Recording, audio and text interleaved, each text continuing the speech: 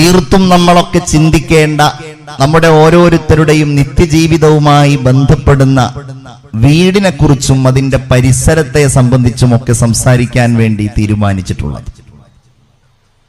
ഓരോ മനുഷ്യരും വീടുകളിൽ താമസിക്കുന്നവരാണ്.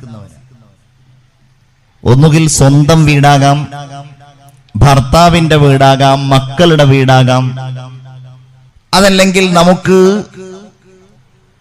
താമസിക്കാൻ നിശ്ചയിക്കപ്പെട്ട ഏതെങ്കിലും സ്ഥലങ്ങളാകാം. ഇങ്ങനെ താമസിക്കുന്ന, നമ്മൾ കിടന്നുറങ്ങുന്ന, നമ്മൾ ഇടപെടുന്ന, പെരുമാറുന്ന ഒരിടം നമുക്കെല്ലാവർക്കുമുണ്ട്. ഭവനരഹിതരായി തെരുവിൽ കഴിയുന്നവരൊന്നും നമ്മുടെ കൂട്ടത്തിൽ ഉണ്ടാവുകയില്ല എന്ന് നമുക്ക് പ്രത്യാശിക്കാം. വിശുദ്ധ ഇസ്ലാം നമ്മുടെ ഓരോ അടക്കങ്ങളെയും അനക്കങ്ങളെയും നിശ്ചിതമായ നിയന്ത്രണത്തിലൂടെ, നിയമങ്ങളിലൂടെ ആവിഷ്കരിച്ചിട്ടുണ്ട് എങ്കിൽ നമ്മുടെ വീട്, ആ വീട്ടിലെ പെരുമാറ്റച്ചട്ടങ്ങൾ, ഇതൊക്കെ വളരെ കൃത്യമായി അള്ളാഹുവിന്റെ ദീൻ കാഴ്ചപ്പാടോടെ സംസാരിച്ചിട്ടുണ്ട്, നിയമങ്ങൾ വെച്ചിട്ടുണ്ട് എന്ന് നാം ഉൾക്കൊള്ളേണ്ടതായിട്ടുണ്ട്. ഒന്നാമതായി അള്ളാഹു വീടിനെ കാണുന്നത്, അതിനോടുള്ള സമീപനം എങ്ങനെയാണ് എന്നാണ് നമ്മൾ അറിയേണ്ടത്. അള്ളാഹു മനുഷ്യർക്ക് മാത്രം എന്തിനങ്ങനെ ഒരു സംവിധാനം നിശ്ചയിച്ചു തന്നു? സത്യത്തിൽ മനുഷ്യരല്ലാത്ത ജീവജാലങ്ങൾക്കും വീടുകളുണ്ട്. കാക്കക്കൂടും കോഴിക്കൂടും അതുപോലെ മൃഗങ്ങൾ താമസിക്കുന്ന ഗുഹകളും മാളങ്ങളും ഒക്കെ അവയുടെ വീടുകളാണ്. പക്ഷേ മനുഷ്യരായ നമ്മൾ ഉപയോഗിക്കുന്നത് പോലെയോ, നമ്മൾ വീടുകളെയും പരിസരങ്ങളെയും കാണുന്നത് പോലെയോ ഒന്നും അവ കാണാറില്ല. എന്ന് മാത്രമല്ല, എങ്ങനെയായിരിക്കുമോ അവ തുടക്കകാലത്ത് വീടുകൾ ഉണ്ടാക്കിയത്, അതിൽ നിന്നൊരു വ്യത്യാസവും ഇപ്പോഴുമില്ല. നമ്മളൊക്കെ ജനിച്ച കാലം മുതൽ കാക്കക്കൂട് കാണുന്നവരാണ്. 2019 ന്യൂ മോഡൽ കാക്കക്കൂട് കണ്ട ആരെങ്കിലും നിങ്ങളുടെ കൂട്ടത്തിൽ ഉണ്ടോ എന്ന് എനിക്കറിയില്ല, സാധ്യതയില്ല. നല്ല കലാപരമായിട്ടൊക്കെ വീടുകൾ ഉണ്ടാക്കുന്ന, കൂടുകൾ ഉണ്ടാക്കുന്ന പക്ഷികളൊക്കെ ഉണ്ട്. ആ കല അതിനു മുമ്പേ ഉള്ളതാണ്. ഒരുപക്ഷെ മനുഷ്യന്റെ എല്ലാ ഡിസൈനുകളെയും തോൽപ്പിക്കുന്ന, മനുഷ്യബുദ്ധി കൊണ്ട് ചിന്തിച്ചൊരിക്കലും ആവിഷ്കരിക്കാൻ കഴിയാത്ത അത്ര മനോഹരമായ സംവിധാനങ്ങളോടെയാണ് ഉറുമ്പുകൾ കൂടൊരുക്കുന്നത്, തേനീച്ചകൾ കൂടൊരുക്കുന്നത് എന്ന് ശാസ്ത്രം നമ്മോട് പറയുന്നു. തേനീച്ചയെക്കുറിച്ച് വിശുദ്ധ ഖുർആൻ തന്നെ മനോഹരമായി ആ കാര്യം വർണ്ണിക്കുന്നുമുണ്ട്. മരങ്ങളിൽ, മലയിടുക്കുകളിൽ, മനുഷ്യർ താമസിക്കുന്ന വീടുകൾക്കിടയിൽ ഒക്കെ കൂടുകൾ ഉണ്ടാക്കുന്ന തേനീച്ചകൾ, സമാനമായ രീതിയിൽ തന്നെ ഉറുമ്പുകൾ. ഞാൻ സൂചിപ്പിക്കുന്നുവെന്ന് മാത്രം. എന്നാൽ ഇതിൽ നിന്നൊക്കെ വ്യത്യസ്തമാണ് മനുഷ്യരായ നമ്മുടെ താമസ സ്ഥലങ്ങളും അതിന്റെ പുരോഗതികളും അതുമായി ബന്ധപ്പെട്ട് നമ്മൾ ഓരോ കാലത്തും നടത്തുന്ന ഇടപെടലുകളും. ബിസ്മില്ലാഹിർ റഹ്മാനിർ റഹീം. വല്ലാഹു ജഅല ലക്കും മിൻ ബുയൂതികും സകനാ. ഇതാണ് അല്ലാഹു മനുഷ്യരായ നമുക്ക് വീടുകൾ നൽകിയതിന്റെ ലക്ഷ്യം. നിശ്ചയമായും അല്ലാഹു നിങ്ങൾക്ക് സംവിധാനിച്ചു തന്നിരിക്കുന്നു. ജഅലലക്കും, നിങ്ങൾക്ക് ഒരുക്കി തന്നിരിക്കുന്നു. മിൻ ബുയൂതിക്കും, നിങ്ങളുടെ വീടുകളിലൂടെ സകനൻ, ആശ്വാസത്തെ, സന്തോഷത്തെ. യഊന ഇലൈഹ, അതിന്റെ വ്യാഖ്യാനത്തിൽ കാണാം യഊന ഇലൈഹ. ആ വീടുകളിലാണ് മനുഷ്യർ അഭയം പ്രാപിക്കുന്നത്. കൊട്ടാര സമാനമായ സൗകര്യങ്ങളാണ് വീടല്ലാത്ത ഒരിടത്തുള്ളത് എങ്കിലും ചെറ്റക്കുടിലാണ് സ്വന്തമായ അവന്റെ വീട്ടിൽ അവന്റെ ഭാര്യയെയും മക്കളെയും താമസിപ്പിക്കുന്നത് എങ്കിൽ അത്രയും വലിയ കൊട്ടാരത്തിൽ നിന്ന് തന്റെ ചെറ്റക്കുടിലിൽ അഭയം പ്രാപിക്കാനാണ് മനുഷ്യൻ ആഗ്രഹിക്കുക. ചിലപ്പോ വിദേശത്തൊക്കെ നല്ല സൗകര്യമായിരിക്കും, താമസിക്കാനൊക്കെ നല്ല ഫ്ലാറ്റ് റൂമൊക്കെ ആയിരിക്കും. എന്നാലും തന്റെ കൊച്ചു ഗ്രാമത്തിലെ നാലുകാലോലപ്പുര എന്ന് വിശേഷിപ്പിക്കാവുന്ന ചെറിയ കൂരയിലേക്ക് എത്തിയിട്ട് അവിടെ കിടക്കാൻ, അവിടെ ഒന്ന് ആശ്വാസത്തോടെ ഉറങ്ങാനാണ് മനുഷ്യൻ ആഗ്രഹിക്കുക. രണ്ടാമതായി വയസ്തതിറൂൻ, മനുഷ്യർ മറ്റുള്ളവരിൽ നിന്ന് മറഞ്ഞു നിന്ന് ചെയ്യാൻ ആഗ്രഹിക്കുന്ന പ്രവർത്തനങ്ങളും മറ്റുള്ളവരിൽ നിന്നും മറക്കണമെന്ന് ആഗ്രഹിക്കുന്ന കാര്യങ്ങളും അവന്റെ വീടിൽ വെച്ചാണ് അവൻ ചെയ്യുന്നത്. ഉദാഹരണമായിട്ട് അവന്റെ വസ്ത്രം മാറുക. നമ്മളൊക്കെ ഇപ്പോ നല്ല ഡ്രസ് ഫിനിഷിങ്ങിലാണ് വന്നിരിക്കുന്നത്. വീട്ടിലേക്ക് എത്തിയാൽ നമുക്ക് നമ്മുടെ ഇഷ്ടപ്രകാരം വസ്ത്രം ധരിക്കാനും ഒരുപക്ഷെ പുറത്തിറങ്ങിയാൽ മറ്റുള്ളവർ കാണരുത് എന്ന് ആഗ്രഹിക്കുന്ന ഭാഗങ്ങൾ തുറന്നിടാനുമൊക്കെ നമ്മുടെ വീടുകളിൽ നമുക്ക് അവസരമുണ്ടായത് കൊണ്ടാണ് മനസ്സിന്റെ ആ ആശ്വാസം, മനസ്സിന്റെ ആ സന്തോഷം. വല്ലാഹു ജഅല ലക്കും മിൻ ബുയൂതികും സകന, അല്ലാഹു നമുക്ക് അങ്ങനെയുള്ള വീടുകൾ പ്രദാനം ചെയ്യട്ടെ. എല്ലാവരും ആമീൻ പറയൂ. അല്ലാഹു പ്രദാനം ചെയ്യട്ടെ. കാലം കൂടുന്തോറും ആശ്വാസമൊക്കെ കുറയുന്നുണ്ട്. എന്റെ നാടൊക്കെ ഒരു പുഴയുടെ തീരത്താണ്. പുഴയുടെ തീരത്തൊക്കെ വീടെടുക്കുക എന്ന് പറഞ്ഞാൽ നല്ല സമ്പന്നരായ ആളുകൾ പോലും താല്പര്യപ്പെടുന്ന ഒരു സംഗതിയാണ്. കാരണം അവിടെ നല്ല സൈറ്റ്, നല്ല സീനറി എല്ലാം ഉണ്ടാവും. പക്ഷേ 2018ഉം 19ഉം കഴിഞ്ഞതോടുകൂടെ മലയുടെ മുകളിൽ സ്ഥലം കിട്ടുമെന്ന് അന്വേഷിക്കുകയാണ്. എന്റെ നാട്ടിലൊക്കെ ഉള്ള അവസ്ഥ എന്തേ കാര്യം? ഡാമുകൾ തുറന്നു എന്നാ കഴിഞ്ഞ കൊല്ലത്തെ പരാതി. ഇക്കൊല്ലത്തെ പരാതി ഡാം തുറന്നില്ല എന്ന്. മഴയങ്ങ് പെയ്ത് പുഴകൾ നിറഞ്ഞപ്പോൾ മനുഷ്യരായ നമ്മൾ പുഴകളിലേക്ക് കൊണ്ടുപോയി തള്ളിയ മാലിന്യങ്ങളുമായി ആ പുഴവെള്ളം നമ്മുടെ വീടിന്റെ അകത്തേക്ക് വന്നപ്പോൾ മനുഷ്യരായ നമ്മൾ തിരിച്ചറിഞ്ഞു, റബ്ബേ, വീടുകളുടെ അകത്ത് ആശ്വാസം നൽകുന്നവൻ നീയാണ്, വീടുകളുടെ പുറത്തേക്കോടിയാലും ആശ്വാസം നൽകുന്നവൻ നീയാണ്.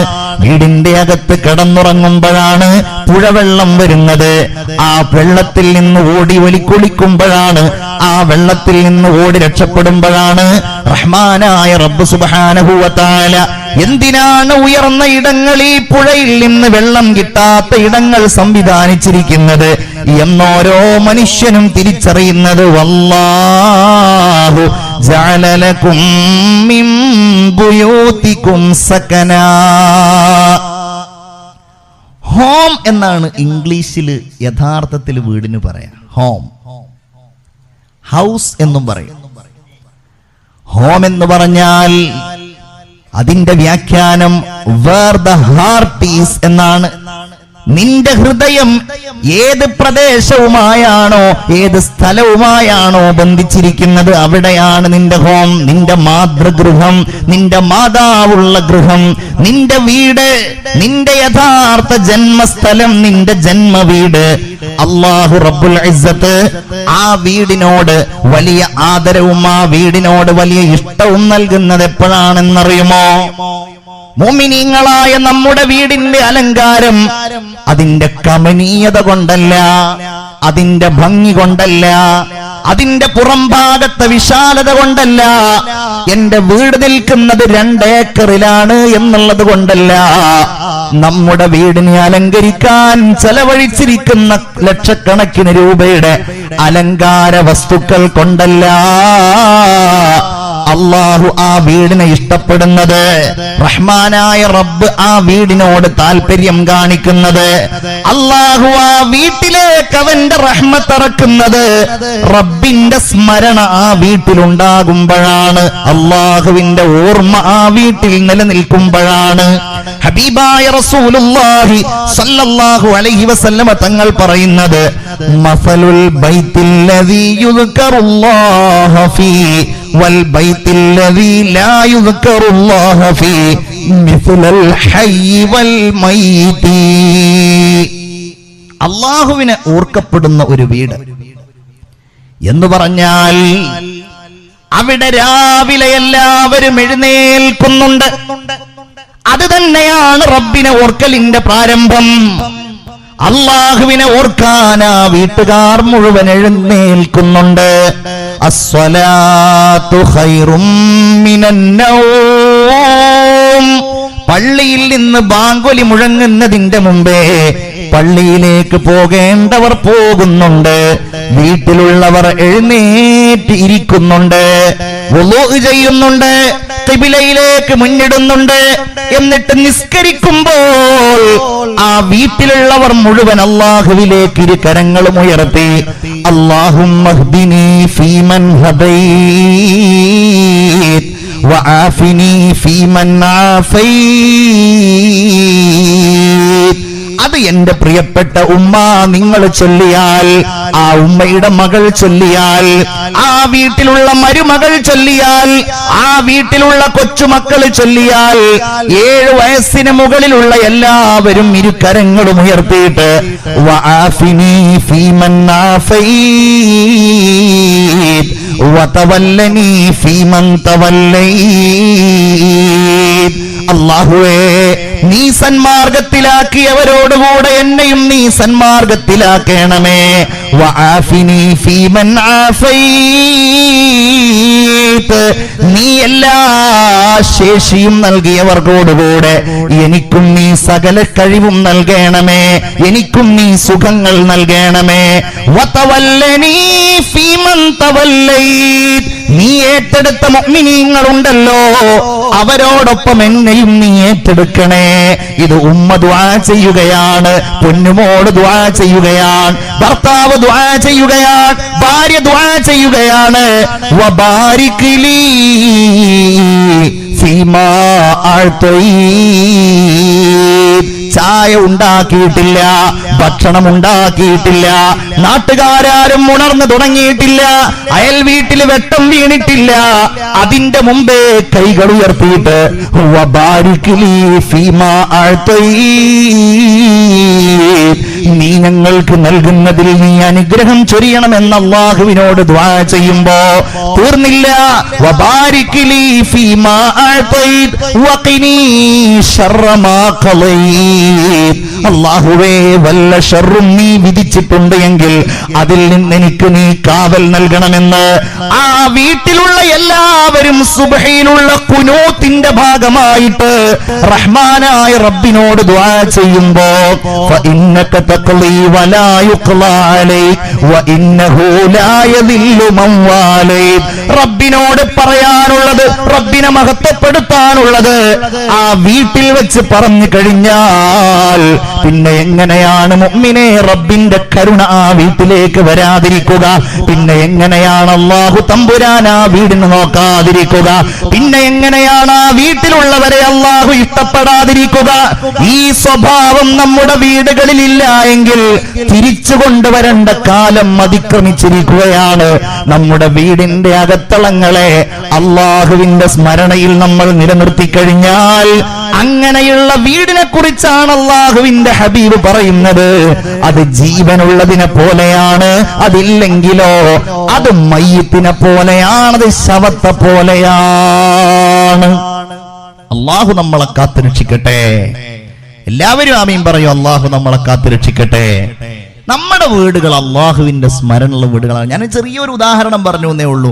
സമാനമായ രീതിയിൽ ഇനി ഖുർആൻ പാരായണം എല്ലാം അങ്ങനെ തന്നെ.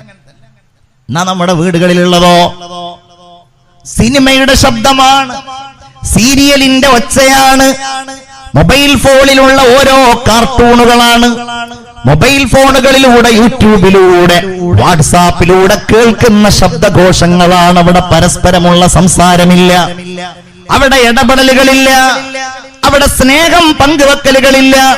ഭക്ഷണം കഴിക്കുമ്പോൾ പോലും അതുപോലും അതിന്റെ നിറം പോലും അറിയാതെ ഏതോ ലോകത്തുകൂടെ ഇങ്ങനെ ദിവസങ്ങൾ കഴിച്ചു കൂട്ടുന്ന വീടുകളാണ് എങ്കിൽ ആ വീട്ടിൽ അല്ലാഹുവിന്റെ റഹ്മത്ത് വളരെ അകലെയാണ്. അള്ളാഹു നമ്മുടെ വീടുകളെയൊക്കെ നന്നാക്കി തരട്ടെ. ഒരു വീടിനെ സംബന്ധിച്ചിടത്തോളം ആ വീട് അതിന്റെ പ്രാധാന്യം, അത് മഹത്വമുള്ളതാണോ അല്ലേ എന്ന് തീരുമാനിക്കാൻ ആ വീട് നിൽക്കുന്ന നാടിനെ പരിഗണിച്ചിട്ടാണ്. നമ്മൾ മോശക്കാരാണോ? അല്ല. അങ്ങനെ നോക്കുകയാണെങ്കിൽ ഏറ്റവും നല്ല നാടുകളിൽപ്പെട്ട ഒരു നാട്ടിലാണ് നമ്മളുള്ളത്. ചില ആൾക്കാരൊക്കെ പറയാം, അയ്യോ നമ്മളിപ്പോ ഇന്ത്യക്കാര് നമ്മളാകെ പെട്ടിരിക്കുകയാണ്. അല്ല കേട്ടോ മുഅ്മിനീങ്ങളെ, ലോകത്തെ ഏറ്റവും നല്ല നാട്ടിൽ ജനിക്കാൻ ഭാഗ്യം കിട്ടിയവരാണ് നമ്മൾ. എന്താ കാര്യം എന്നറിയോ? ആദ്യത്തെ മനുഷ്യനായ സയ്യിദുന ആദം അലൈഹിസ്സലാമിനെ ഈ ഭൂമിയിലേക്ക് അല്ലാഹു പറഞ്ഞേക്കുമ്പോൾ റഹ്മാനായ റബ്ബ് ഇന്ത്യയിലേക്കാണ് ആദം നബി അലൈഹിസ്സലാമിനെ പറഞ്ഞയച്ചത്. ഇന്ത്യ മോശമല്ല, ആദ്യത്തെ മനുഷ്യൻ വന്നതാണ്. ഇന്ത്യയിൽ നിന്ന് 40 തവണയിലേറെ 40 തവണ മഹാനായ സയ്യിദുന ആദം നബി അലൈഹിസ്സലാം പരിശുദ്ധമായ ഹജ്ജിന് വേണ്ടി പോയിട്ടുണ്ട് എന്ന് പഠിച്ചവരാണ് നമ്മൾ. 40 തവണ ഹജ്ജിന് പോയപ്പോൾ 39 തവണയും മഹാനായ സയ്യിദുന ആദം നബി അലൈഹിസ്സലാം ഇന്ത്യയിലേക്ക് തിരിച്ചു വന്നു എന്നല്ലേ മനസ്സിലാക്കേണ്ടത്. ഇന്ത്യ ചെറിയ നാടല്ല, ഇന്ത്യ മനോഹരമായ നാടാണ്, ഇന്ത്യ ഉജ്ജ്വലമായ നാടാണ്, ഇന്ത്യ ചരിത്രങ്ങളുള്ള നാടാണ്. ഈ ഇന്ത്യ മഹാരാജ്യത്തല്ലയോ അള്ളാഹുവിന്റെ ഹബീബിന്റെ സ്വഹാബികൾ കടന്നു വന്ന് ദീനിന്റെ ദഅവത്ത് നടത്തിയത്. ഇവിടെ നിന്ന് വെളിപ്പാടകലെയുള്ള ഇടത്തേക്കല്ലയോ മഹാനായ മാലിക് ബിൻ ദീനാറും ഹബീബ് ബിൻ മാലിക്കും ഒക്കെ കടന്നു വന്നത്. നബിയുടെ സ്വഹാബികൾ വന്ന നാടാണ് ഇന്ത്യ. നമ്മുടെ നാട്ടിലേക്കാണ് ലക്ഷക്കണക്കിന് ആളുകളെ കേവലമുള്ള കാഴ്ച കൊണ്ട് മാത്രം, തന്റെ സാന്നിധ്യം കൊണ്ട് മാത്രം അല്ലാഹുവിന്റെ ദീനിലേക്ക് ആകർഷിപ്പിച്ച മഹാനായ സയ്യിദുനാ ഖാജാ മുഈനുദ്ദീനിൽ ചിശ്തിയിൽ അജ്മീരി ഖദ്ദസല്ലാഹു സിർറഹുൽ അസീസ് വന്നത്. അപ്പൊ ഇന്ത്യ സംഭവം ഇനിയിപ്പോൾ ആര് ഭരിക്കുകയാണ് അതൊന്നും നോക്കിയിട്ട് നമ്മൾ വിഷമിക്കേണ്ട ആവശ്യമൊന്നുമില്ല. അതൊക്കെ ഇങ്ങനെ കാലഘട്ടത്തിന് മാറുന്ന ചരിത്രങ്ങൾക്കനുസരിച്ചുണ്ടാകുന്ന ഓരോ നിയോഗങ്ങൾ മാത്രമാണ്. നമ്മളുടെ നാട് വളരെ പവിത്രമായ നാടാണ്, വളരെ മനോഹരമായ നാടാണ്, ആധ്യാത്മികതയുടെ നാടാണ്, സമാധാനത്തിന്റെ നാടാണ്. ഇന്ത്യയിൽ ജീവിക്കുന്ന എല്ലാവരും, ഇന്ത്യയിൽ ജനിച്ചു വളർന്ന എല്ലാവരും പരസ്പരം സ്നേഹിക്കാനും കാരുണ്യത്തോടെ ഇടപെടാനും പരിശീലിച്ച ഒരു നാടാണ്. ഞാനിവിടെ ഇങ്ങനെ ഇരിക്കുമ്പോൾ പ്രിയപ്പെട്ട നമ്മുടെ സഹോദര മതസ്ഥരിങ്ങനെ നടന്നു പോകുന്നത് ഞാൻ കണ്ടു. അന്വേഷിച്ചപ്പോൾ എന്നോട് പ്രിയപ്പെട്ട സഹൽ ഫൈസി പറഞ്ഞത് അത് ബഹുമാനപ്പെട്ട സയ്യിദ് മുനവ്വർ ഷാ തങ്ങളുടെ അടുക്കലേക്ക് അവർ വന്ന് തിരിച്ചു പോവുകയാണ് എന്നാണ്. അതാണ് നമ്മുടെ നാടിന്റെ നന്മ, അതാണ് ഈ നാടിന്റെ ഗരിമ, അതാണ് നമ്മുടെ ഏറ്റവും വലിയ സ്വഭാവ ഗുണം. ഇവിടെ മാത്രമല്ല, പരിശുദ്ധമായ മമ്പുറത്ത് പോയാൽ, പുത്തമ്പള്ളിയിൽ പോയാൽ, സമാനരായ നമ്മുടെ തൊട്ടടുക്കലുള്ള ഹബീബ് ബിൻ മാലിക്കിന്റെ ബഹുമാനപ്പെട്ട ചേരമാൻ പള്ളിയിലുള്ള മഖ്ബറയിൽ പോയാൽ അവിടെയൊക്കെ ഉണ്ടാകും ഇങ്ങനെ സ്നേഹത്തോടെ മറഞ്ഞു കിടക്കുന്ന മഹാരഥന്മാരെ കാണാനും അവരുടെ അടുക്കൽ വന്ന് അനുഗ്രഹം നേടിയെടുക്കാനും വരുന്ന ഇതര മതസ്ഥരായ നമ്മുടെ സഹോദരന്മാരറിയിക്കുന്നത് നമ്മുടെ നാടിന്റെ പാരമ്പര്യമാണ്, നമ്മുടെ ഔന്നത്യമാണ്, ഈ രാജ്യം ഉയർത്തിപ്പിടിക്കുന്ന ഉന്നതമായ ഏറ്റവും ഉജ്ജ്വലമായ, ആരുടെ മുമ്പിലും അഭിമാനത്തോടെ പറയാൻ കഴിയുന്ന ഏകതയാണ്. അല്ലാഹു ഇത് നിലനിർത്താൻ നമുക്ക് തൗഫീഖ് നൽകട്ടെ. കേരളം അങ്ങനെ തന്നെ അല്ലേ? സസ്യ ശ്യാമള കോമള കേരളം എന്നാ പറയാറുള്ളത്. പ്രകൃതി ഭംഗി കൊണ്ട്, പുഴകൾ കൊണ്ട്, കടൽ കൊണ്ട്, മലകൾ കൊണ്ട്, മാമലകൾ കൊണ്ട്, പച്ചപ്പ് കൊണ്ട്. ഞാനിത് പറയുന്നത് എന്തിനാണ്? പടച്ചോനെ, ഞാനൊക്കെ ഇപ്പൊ എന്തിനാ ഇവിടെ ജനിച്ചത്? നമ്മളിങ്ങനെ ഓരോരുത്തർ അക്കരെ പച്ചയിൽ വിചാരിക്കും, ഞാൻ വല്ല ആഫ്രിക്കയിൽ ജനിച്ച നന്നായിരുന്നു എന്ന് വിചാരിക്കണവരുണ്ടാവും, ഞാൻ വല്ല ഉഗാണ്ടയിൽ ജനിച്ച നന്നായിരുന്നു. അതൊന്നും വേണ്ട. അൽഹംദുലില്ലാഹ്, ഇന്ത്യയിൽ, ഈ കേരളത്തിൽ, നമ്മുടെ നാട്ടിൽ അത് തന്നെ ഏറ്റവും പവിത്രമായ, അള്ളാഹു ആദരിച്ച ബഹുമാനിച്ച ഒരു പ്രദേശമാണ്. അതിൽ നമ്മൾ ആരും വിഷമിക്കേണ്ടതില്ല. നമ്മളുടെ വീട് നിൽക്കുന്ന നാട് വളരെ പ്രാധാന്യമുള്ള ഒന്നാണ്. അങ്ങനെ നോക്കുമ്പോൾ ആ നാടിന്റെ പവിത്രതയാണ് ഈ ഉന്നതന്മാർ, മഹാന്മാർ, അവരുടെ സാന്നിധ്യം അവിടെ ഉണ്ടാവുക എന്നുള്ളത്. മദീന അതിൽപ്പെട്ട ഒരു സംഗതിയാണ്. മദീന നല്ലൊരു നാടാണ്. റസൂലുള്ളാഹി സ്വല്ലല്ലാഹു അലൈഹി വസല്ലം മദീനയെ ഇഷ്ടപ്പെട്ടിരുന്നു. നമ്മൾ നമ്മുടെ നാടിനെ ഇഷ്ടപ്പെടണം. അങ്ങനെ നമ്മളൊരിക്കലും നാടിനെതിരായിട്ട് ദ്വാരക്കരുത്, നാട്ടുകാർക്കെതിരായിട്ട് പ്രാർത്ഥിക്കരുത്, നാട്ടുകാർക്കെതിരാവരുത്, നാടിനെതിരാവരുത്. ഞാൻ ഗൗരവത്തോടെ തന്നെ പറയാണ്. നാട്ടിൽ എന്തെങ്കിലും നിയമങ്ങളോ വ്യവസ്ഥകളോ ഒക്കെ ഉണ്ടെങ്കിൽ നമ്മളുടെ ബാധ്യത എന്താണ്? നമ്മളുടെ ബാധ്യത അത് പാലിക്കുക, അത് നിറവേറ്റുക എന്നുള്ളതാണ്. അതേത് നിയമമാണെങ്കിലും ശരി. പിന്നെ നമ്മൾ അതിനെതിരായിട്ട് സിന്ദാബാദ് വിളിച്ചിട്ടോ മറ്റോ ഒക്കെ അത് മാറ്റിയെടുക്കാൻ കഴിയുകയാണെങ്കിൽ അങ്ങനെ തന്നെ ശരി, അതിനൊന്നും നമ്മൾ നിരാകരിക്കുന്നില്ല. ചില നിയമങ്ങൾ ഉണ്ടാവും, ആ നിയമങ്ങളൊക്കെ നമ്മുടെ സുരക്ഷയ്ക്ക് വേണ്ടിയിട്ടായിരിക്കും. ഉദാഹരണമായിട്ട് സീറ്റ് ബെൽറ്റ് ഇടണം, നാടിന്റെ ഒരു നിയമമാണ്. ഹെൽമെറ്റ് ധരിക്കണം, വേറൊരു നിയമമാണ്. നമ്മളോടെന്തോ ദേഷ്യം ഉണ്ടായത് കൊണ്ട് വെച്ചതാണെന്നാണ് പൊതുവെ നമ്മളെപ്പോലെയുള്ള ആളുകളൊക്കെ വിചാരിക്കുക. അല്ല, അത് നമ്മൾ പാലിക്കേണ്ടവരാണ്. മുഹമ്മദുർ റസൂലുള്ളാഹി സ്വല്ലല്ലാഹു അലൈഹി വസല്ലം തന്റെ നാടിനെ വല്ലാതെ ഇഷ്ടപ്പെട്ടിരുന്നു.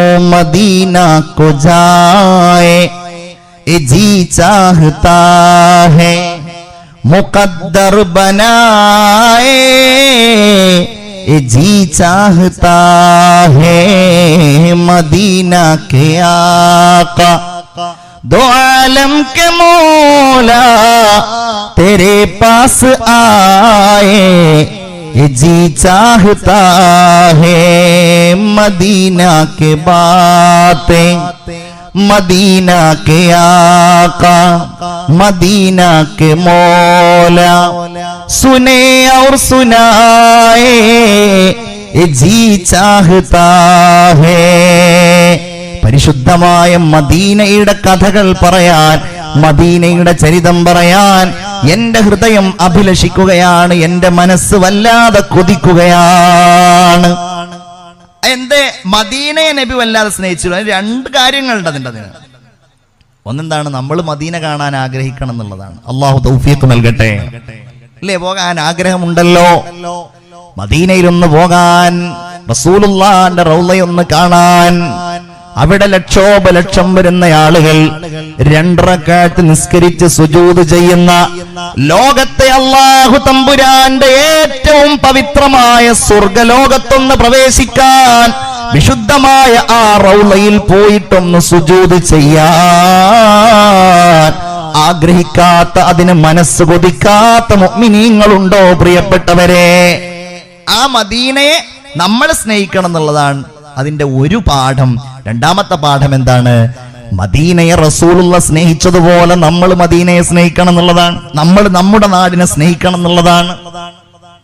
അങ്ങനെ മനസ്സിലാക്കണ്ടേ? മദീനയിലെ മരങ്ങളെ സ്നേഹിച്ചിരുന്നു, മദീനയിലെ കുന്നുകളെ സ്നേഹിച്ചിരുന്നു.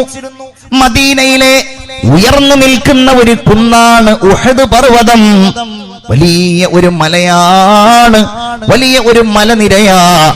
ആ മലനിരയെ നോക്കിക്കൊണ്ടവിടുന്ന് പറയുമായിരുന്നു, ഉഹദുൻ ജബലുൻ യുഹിബ്ബുനാ വനുഹിബ്ബുഹു. കണ്ടോ, ഒരു നാടിനോടുള്ള സ്നേഹമല്ലേ? നമ്മളും അങ്ങനെ തന്നെയാണ്. നമ്മളിങ്ങനെ വിന്ധ്യ ഹിമാചല യമുന ഗംഗ മുഴുവനായിട്ട് പാടി ചിലപ്പോൾ എഴുന്നേറ്റ് നിൽക്കേണ്ടിയിരുന്നുള്ളതല്ലേ നിയമം? അല്ലേ? അങ്ങനല്ലേ?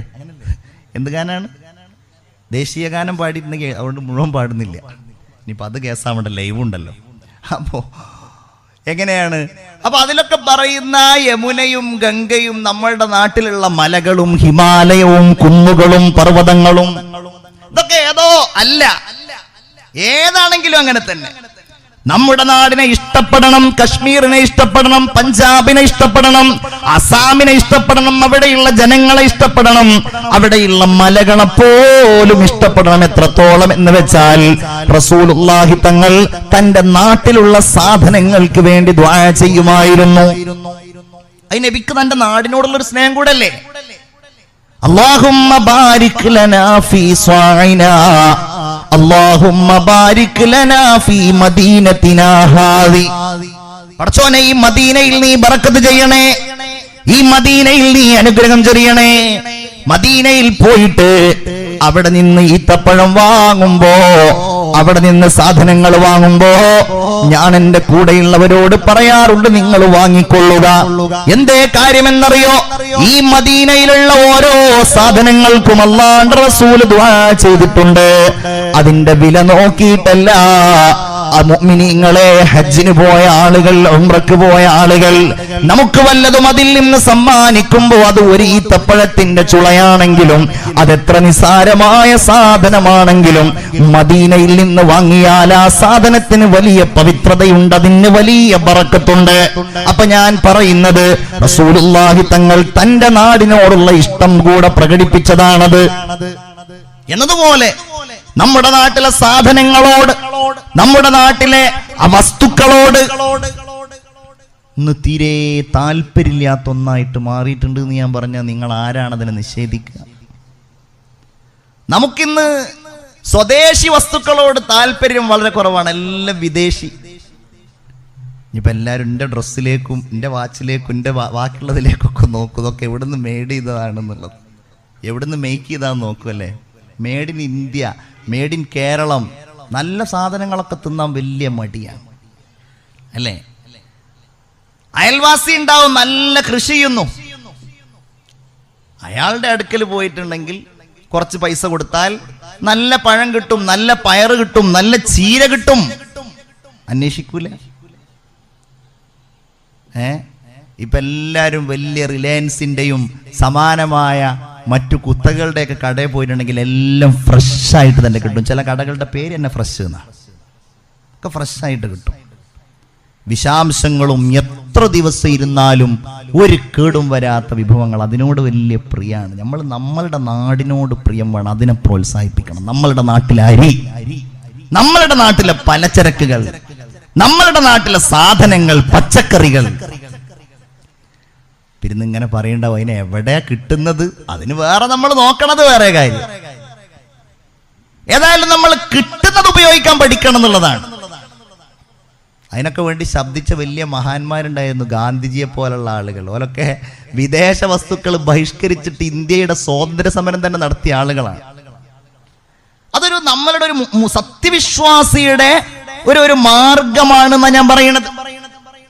നമ്മളുടെ നാട്ടിലുള്ള സാധനങ്ങളെ, നമ്മളുടെ നാട്ടിലുള്ള ചരക്കുകളെ, നമ്മളുടെ നാട്ടിലുള്ള വസ്തുക്കളെ ഉപയോഗിക്കാനും അതിനെ ഇഷ്ടപ്പെടാനും അതിനെ ബഹുമാനിക്കാനും അതിനെ ആദരിക്കാനും നമ്മൾ പഠിക്കുക എന്നത് ഒരു മുഅ്മിനായ മനുഷ്യന്റെ സ്വഭാവ ഗുണമായിട്ട് തന്നെയാണ് നമ്മൾ മനസ്സിലാക്കേണ്ടത്.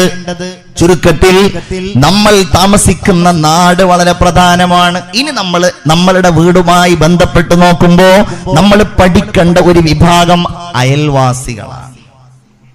യാ അല്ലാഹ്, അതൊരു വലിയ സംഗതിയാണ്. അയൽവാസികളെ കുറിച്ച് മാത്രം നമ്മൾ വാഴ പറയേണ്ടി വരും. നബിയോട് അങ്ങനെ പറഞ്ഞുവല്ലോ, മാസാല ജിബ്രീലു യൂസിനി ബിൽ ജാർ.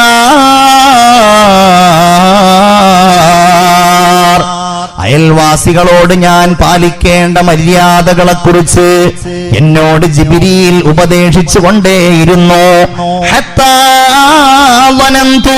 ആ ഉപദേശം കേട്ട് ഞാൻ വിചാരിച്ചു, അന്നഹു സയുവരിഫുനി, എന്റെ അനന്തര സ്വത്തിൽ നിന്നൊരു വിഹിതം ഞാൻ അയൽവാസിക്ക് കൊടുക്കേണ്ടി വരുമോ എന്ന് ഞാൻ വിചാരിച്ചുവെന്ന്. ലോകത്തെ ഏറ്റവും വലിയ സ്നേഹം കെട്ടിപ്പടുക്കാൻ അധ്വാനിച്ച മഹൽ വ്യക്തിത്വം ആദരവായ മുഹമ്മദുർ റസൂലുള്ളാഹി സ്വല്ലല്ലാഹു അലൈഹി വസല്ലം അയൽവാസികളോടുള്ള ഇടപാടുകളെ പറ്റി പറയുമ്പോൾ ആദ്യം നമ്മുടെ കൽബിൽ വരുന്നത് എന്റെ അയൽവാസി എന്നോട് ഇങ്ങനെ പെരുമാറണം എന്നതല്ലേ. അയൽവാസിയുടെ വീട്ടിലേക്ക് നിങ്ങൾ വേസ്റ്റ് ഇടരുത്, അയൽവാസിയുടെ വീട്ടിലേക്കുള്ള വെള്ളം നിങ്ങൾ തടയരുത് എന്ന് ഞാൻ പറഞ്ഞാൽ ഞാൻ ഉൾപ്പെടെയുള്ളവർ ആദ്യം വിചാരിക്കുന്നത് എന്റെ അയൽവാസി എന്റെ വീട്ടിലേക്ക് വേസ്റ്റ് ഇടരുത് എന്നുള്ളതാണ്. എന്റെ അയൽവാസി എനിക്ക് വെള്ളം തടയരുത് എന്നതാണ്. അയൽവാസികൾ പരസ്പരം ഭക്ഷണം കൈമാറണമെന്ന് ഞാൻ പറഞ്ഞാൽ നമ്മൾ ചിന്തിക്കുക, പടച്ചോനെ എന്റെ അയൽവാസി കഴിഞ്ഞ ദിവസം ബിരിയാണി വെച്ചിട്ടതിന്റെ വാസന എന്റെ വീട്ടിലേക്ക് വന്നിട്ടവര് തരുമെന്ന് വിചാരിച്ചിട്ടവർ തന്നില്ലല്ലോ എന്നതാണ്. അതിന്റെ തൊട്ടു മുമ്പുള്ള ആഴ്ച നിന്റെ വീട്ടിൽ ബിരിയാണി വെച്ചിട്ട് അങ്ങോട്ട് കൊടുത്തില്ല എന്ന് ചിന്തിക്കുകയില്ല. നീ നിന്റെ അയൽവാസിയുടെ വീട്ടിലേക്ക് അവർ കാണാതെ വേസ്റ്റ് ഇടുന്നത് നീ ചിന്തിച്ചിട്ടുണ്ടാവുകയില്ല. നീ നിന്റെ വീട്ടുകാർക്ക് വെള്ളം തടഞ്ഞത് നിന്റെ അയൽവാസിക്ക് വെള്ളം തടഞ്ഞത് നീ ചിന്തിച്ചിട്ടുണ്ടാവില്ല. അതുകൊണ്ടാ പറയണത്, അതാദ്യം നമ്മള് മറ്റേ സെക്കൻഡറി ആയിട്ട് വരുന്ന സംഗതി നമ്മൾ അങ്ങോട്ട് മായ്ക്കുക. മനസ്സിലാകുന്നുണ്ടോ? അതായത് എന്നോട് ഇങ്ങോട്ട് എന്നുള്ളത് മായ്ക്കുക, എന്നിട്ട് ഇവിടുന്ന് മുഴുവൻ അങ്ങോട്ട്. ഞാൻ എൻ്റെ അയൽവാസിയോട് നല്ല രീതിയിൽ പെരുമാറും. ഇപ്പൊ അങ്ങനെ വല്ലാതെ നടക്കുന്നില്ല എന്ന് എനിക്ക് തോന്നുന്നത്. എന്ത്? ഈ അയൽവാസികൾ തമ്മിലുള്ള ഉടക്ക്. അഷ്റഫ് പോയോ? അഷ്റഫ് ഖാനോട് ചോദിച്ചാൽ ഇപ്പൊ കാര്യമായിട്ട് അറിയുള്ളൂ. അയൽവാസികൾ തമ്മിലുള്ള ഉടക്ക് ഇവരോടനെ ചോദിക്കുക. അത് വളരെ കുറവല്ലേ പൊതുവെ നമ്മുടെ നാട്ടിൽ? അൽഹംദുലില്ലാ. പണ്ടൊക്കെ കുറച്ച് കൂടുതൽ ഉണ്ടായിരുന്നു എന്ന് തോന്നുന്നുണ്ട്. ഉണ്ടായിരുന്നു എന്ന് പറഞ്ഞാൽ നമ്മളുടെ പ്രപിതാക്കന്മാരെ ആക്ഷേപിക്കലായിട്ട് മാറും. അല്ല, എന്നാലും അതൊക്കെ കുറച്ച് കുറഞ്ഞിട്ടുണ്ട് എന്ന് സംശയിക്കുകയാണ്. നിസ്സാരമായ കാരണങ്ങളുടെയൊക്കെ പേരിൽ അയൽവാസികൾ തമ്മിൽ ഈ പ്രശ്നം ഉണ്ടാക്കലും കുഴപ്പമുണ്ടാക്കലൊക്കെ വളരെ കുറഞ്ഞിട്ടുണ്ട്. എന്നാലോ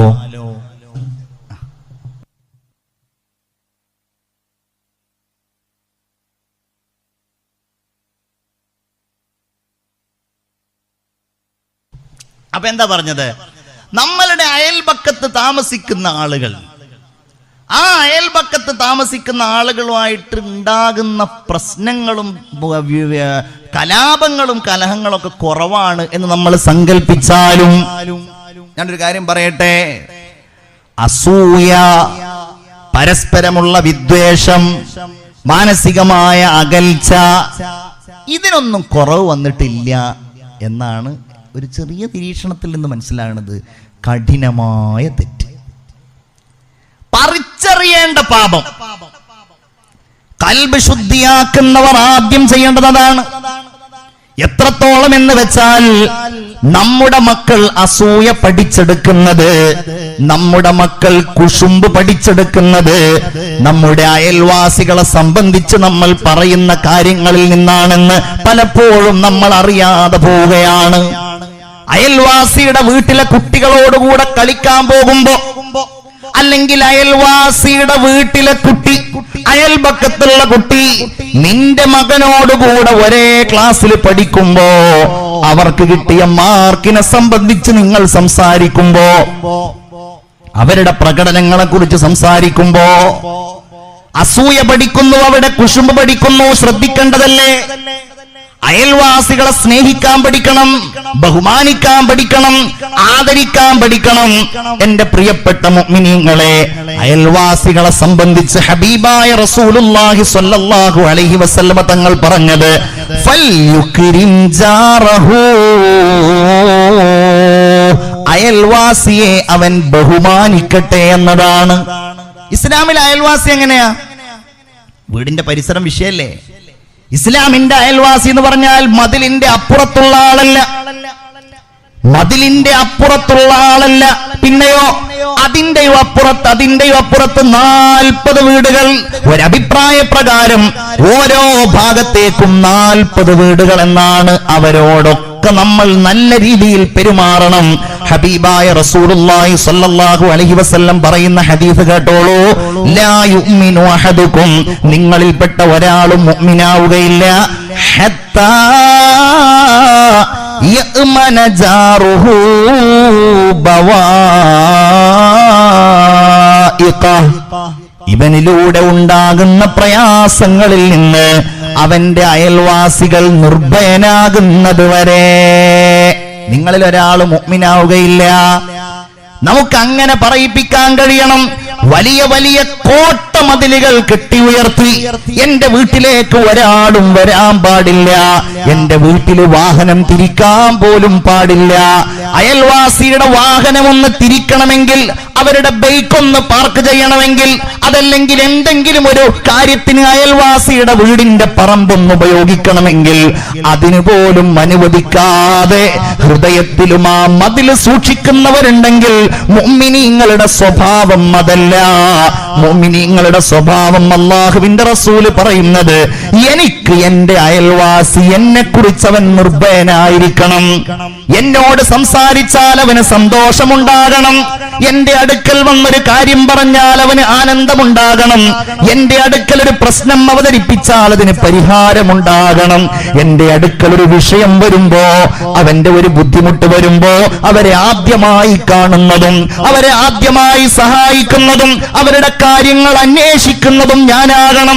രോഗികളാകുമ്പോ, അസ്വസ്ഥതയുണ്ടാകുമ്പോ, കല്യാണങ്ങൾ ഉണ്ടാകുമ്പോ, സൽക്കാരങ്ങൾ ഉണ്ടാകുമ്പോ അങ്ങനെ അയൽവാസികളോട് വലിയ ഒരു സ്നേഹബന്ധം നിലനിർത്തുന്നവനാണ് മുഅ്മിനായ മനുഷ്യൻ എന്നതോടൊപ്പം ഞാൻ നിങ്ങളോട് പറയട്ടെ, വജാരിദിൽ ഖുർബാ. ഖുർആൻ എണ്ണുന്ന ഒരു വിഭാഗമാണ് കുടുംബബന്ധമുള്ള അയൽവാസി എന്ന് പറഞ്ഞാല്. യാ റബ്ബ്, അയൽവാസികളോട് തന്നെ എങ്ങനെയാണ് അത് കുടുംബബന്ധം കൂടെ ആകുമ്പോഴോ, വാപ്പാന്റെ ജ്യേഷ്ഠനാണ്, ഉമ്മാന്റെ ജ്യേഷ്ഠനാണ്, അല്ലെങ്കിൽ വാപ്പാന്റെ അനുജനാണ്, നമ്മളുടെ തന്നെ അനുജനാണ് എങ്കിൽ ആ ബന്ധത്തിന് വളരെ ശക്തിയാണ്. അള്ളാഹു നമുക്ക് നല്ല ബന്ധം പ്രദാനം ചെയ്യട്ടെ. പരസ്പരം നമ്മളെല്ലാം കൊടുക്കാൻ തയ്യാറാവുക.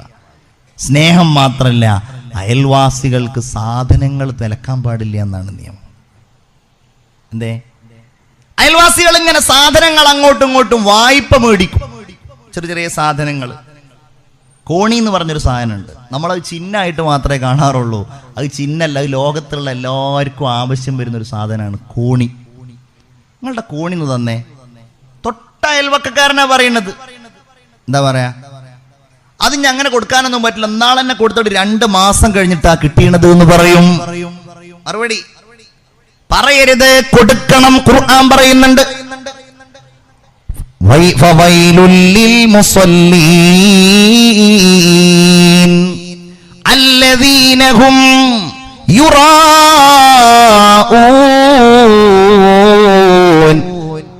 അല്ലദീന ഹും അൻ സ്വലാത്തിഹിം സാഹൂൻ. അല്ലാഹു തആല ഖുർആനിൽ പറയാണ്, ഫവൈലുൽ ലിൽ മുസല്ലീൻ അല്ലദീന ഹും അൻ സ്വലാത്തിഹിം സാഹൂൻ അല്ലദീന ഹും യുറാഊന വയംനഊനൽ മാഊൻ. വൈൽ എന്ന നരകം, അതല്ലെങ്കിൽ നരകത്തിലെ വൈൽ എന്ന മലഞ്ചെരിവ്, അതല്ലെങ്കിൽ സർവനാശവും ആർക്കുള്ളതാ? നിസ്കാരത്തെ തൊട്ട് അശ്രദ്ധരാകുന്നവർക്കുള്ളതാണ്. പിന്നെ ആർക്കാണ്? വയംനഊനൽ മാഊൻ, മനുഷ്യർ പരസ്പരം ചെയ്യുന്ന പരോപകാരം തടയുന്നവർക്കുള്ളതാണ്. മാഊൻ എന്ന് പറഞ്ഞാൽ പരസ്പരം ചെയ്യുന്ന പരോപകാര സാധനങ്ങൾ തടയുന്നവർ. അത് ആർക്കിടല സാധാരണ ഉണ്ടാവുക? അപ്പൊ ഞാൻ ഒരിക്കലും നിങ്ങളുടെ അടുത്ത് വന്നിട്ട് കോണി ചോദിക്കാൻ സാധ്യതയില്ല. അത് തൊട്ട അയൽവാസി ചോദിക്കും. കോണി, കത്തി, തീയ്. കൃത്യമായ അതിന്റെ വ്യാഖ്യാനം എന്ന് പറഞ്ഞാൽ ഒന്ന് തീ എന്നുള്ളതാണ്. അത് പഴയ കാലത്തൊക്കെ തീ എന്ന് പറഞ്ഞാൽ ഇപ്പോൾ ഒരു വീട്ടിലേ ഉണ്ടാവുള്ളൂ. അടുത്ത വീട്ടിൽ നിന്ന് കടം വാങ്ങിയിട്ട് വേണ്ടി ഒരു ഈ വീട്ടിൽ. വേറെ അതിന്റെ വ്യാഖ്യാനം എന്ന് പറഞ്ഞാൽ അടുപ്പ്. ഇന്നിപ്പോൾ അതൊന്നുമില്ല, അടുപ്പൊന്നും ഇപ്പം ആരും കടം വാങ്ങൂല. ഇന്നിപ്പോൾ കടം വാങ്ങുക എന്താണ്? ചെറിയ ചില പാത്രങ്ങൾ വാങ്ങും. കത്തിയൊക്കെ വാങ്ങുമോ എനിക്കറിയില്ല. അല്ലെങ്കിൽ അങ്ങനെ ചെറിയ ചെറിയ സാധനങ്ങളുണ്ട്. അതൊക്കെ നമ്മൾ തടയാൻ പാടില്ല എന്ന്. അതിൽപ്പെട്ട ഒന്നാണ് അൽമാ, വെള്ളം തടയാൻ പാടില്ല എന്ന്. വെള്ളം തടയും. ഇവിടെ നിന്നും ഇപ്പം അങ്ങനെ ഒരു വിഷയം വരും എനിക്ക് തോന്നുന്നില്ല. ചില നാടുകളിലൊക്കെ ഉണ്ടാവും. നമ്മൾ വെള്ളം തടയ മാത്രമല്ല, വെള്ളം വേസ്റ്റാക്കുന്ന മഹാന്മാരുണ്ട്. എങ്ങനെ? ഞാൻ ഇവിടുത്തെ ആരെയും പറയല്ലോ, ഞാൻ ഈ വിഷയത്തെ സംബന്ധിച്ച് ആരോടും സംസാരിച്ചിട്ടില്ല. അല്ലെങ്കിൽ ചിലപ്പം പറയും, ഞാൻ വഴന്ന് കഴിഞ്ഞ് പോയാൽ നിങ്ങൾ അയാളോട് ഇതിനെ പറ്റി എന്തോ പറഞ്ഞിട്ടുണ്ടെന്ന് പറയും. അവിടെ ഞാനിതിനെ പറ്റി എന്താ വിഷയം? നമ്മൾ സെപ്റ്റിക് ഉണ്ടാക്കുകയാണ്. സെപ്റ്റിക് ടാങ്ക്, ടോയ്ലറ്റിന്റെ സെപ്റ്റിക് ടാങ്ക് ഉണ്ടാക്കുകയാണ്. അയൽവാസിയുടെ കിണർ തൊട്ടപ്പുറത്തുണ്ട്. നമ്മൾ നല്ല അയൽവാസിയാണല്ലോ, അല്ലേ? നമ്മളുടെ സെപ്റ്റിക്ക് ശരിക്കും സർക്കാരിന് വരെ നിയമമുണ്ട് എന്നുള്ളതാണ്. പഞ്ചായത്തിൽ വരെ നിയമമുണ്ട്. ഇത്ര ദൂരപരിധിയാണ്. അതൊന്നും നമ്മൾ സൂക്ഷിക്കൂല. ഞാൻ എൻ്റെ പറമ്പിലല്ലേ. മരം നടുമ്പോ ശ്രദ്ധിക്കണ്ടേ? തെങ്ങ് നടുമ്പോ ശ്രദ്ധിക്കണ്ടേ? അയൽവാസിയുടെ മതിലിനോട് ചേർത്തിയിട്ട് എത്ര പ്രശ്നങ്ങളാണ് ഉണ്ടാകുന്നത്.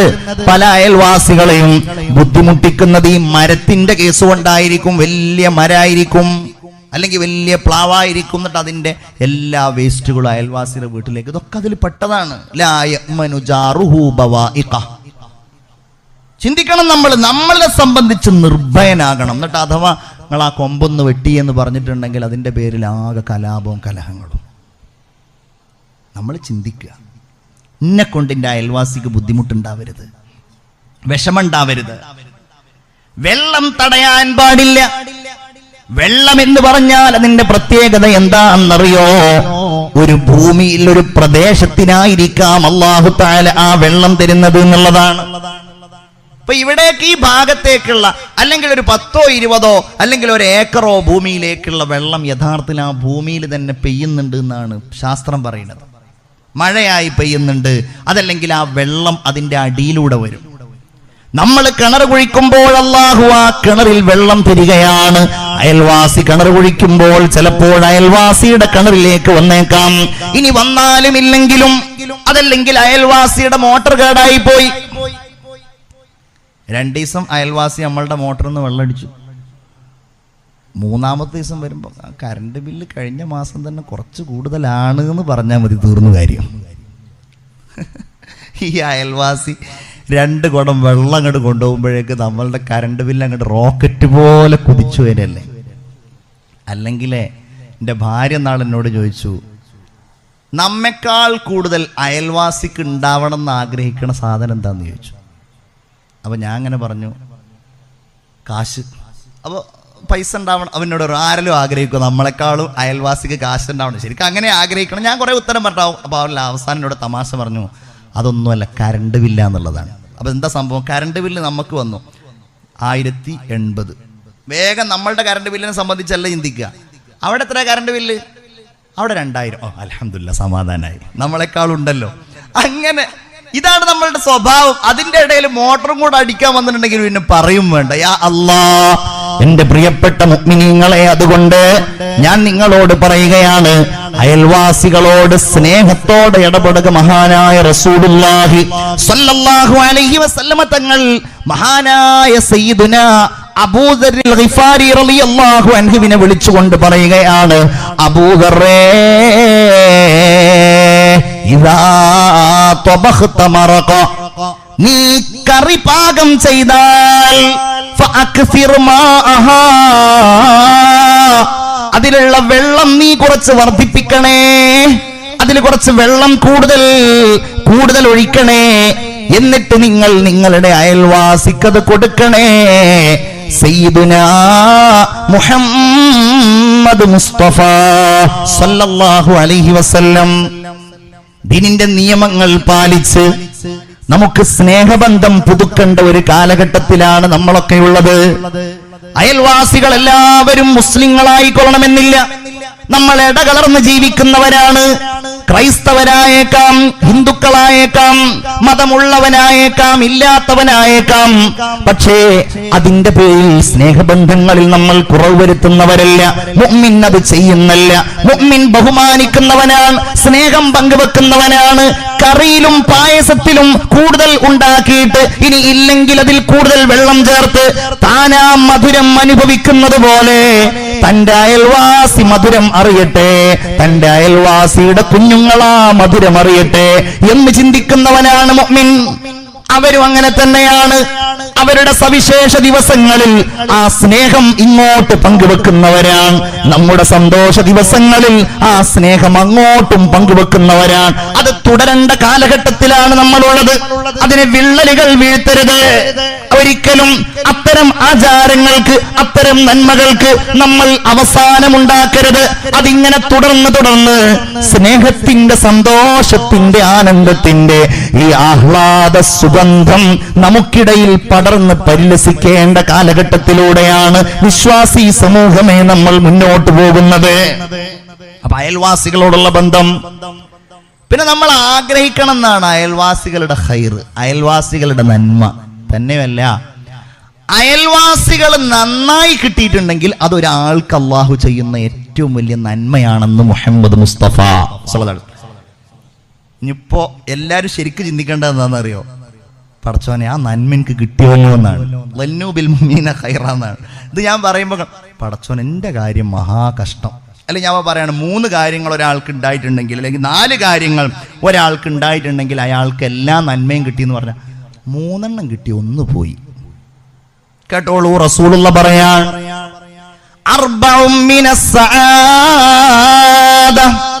4 കാര്യങ്ങൾ ഒരു മനുഷ്യന്റെ വിജയത്തിന്റെ അടയാളമാണ്.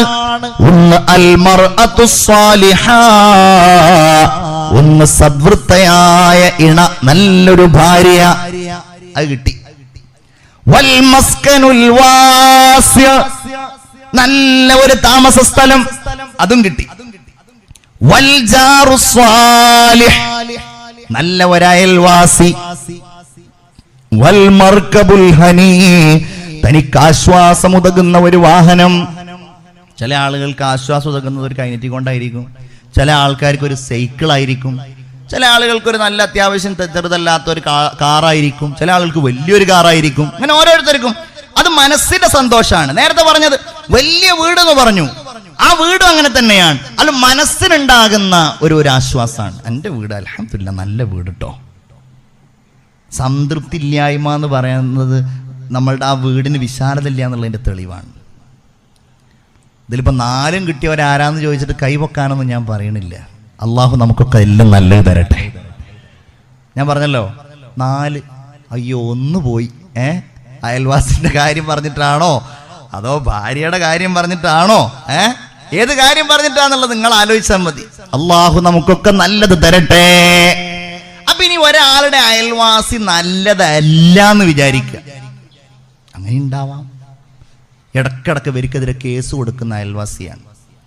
അല്ലെങ്കിൽ ഇടക്കിടക്ക് മതില് കെട്ടിക്കഴിഞ്ഞിട്ടുണ്ടെങ്കിൽ ഇവന്റെ വലിയ പ്രശ്നം ഒന്നും ഉണ്ടാവില്ല. അല്ലെങ്കിൽ അതിര് നീക്കുന്ന അയൽവാസിയാണ്. അങ്ങനെയൊക്കെ ഉണ്ടാവില്ലേ? അതിര് തോണ്ട്, അതിര് കിളക്ക, പഴയ കാലത്ത് അല്ലാഹു ആലം, അങ്ങനെയൊക്കെയുള്ള അയൽവാസിയാണ്. എന്താ ചെയ്യുക? നമ്മളുടെ നിലപാട് എന്തായിരിക്കണം എന്നുള്ളതാണ് ഞാൻ മുഅ്മിനീങ്ങളോട് പറയാണ്. നമ്മളും അതേപോലെ തന്നെ അതിനേക്കാളും വലിയ അതിര് നീക്കൽ നമ്മൾ അല്ല. നമ്മൾ അതിൽ സഹിക്കുക, നമ്മൾ ക്ഷമ കൈക്കൊള്ളുക, നമ്മൾ ഈമാനുള്ളവരാണ്. നമ്മളോടുള്ള നിലപാട് എന്താണ്? അതാണ് നമ്മുടെ നിലപാട്.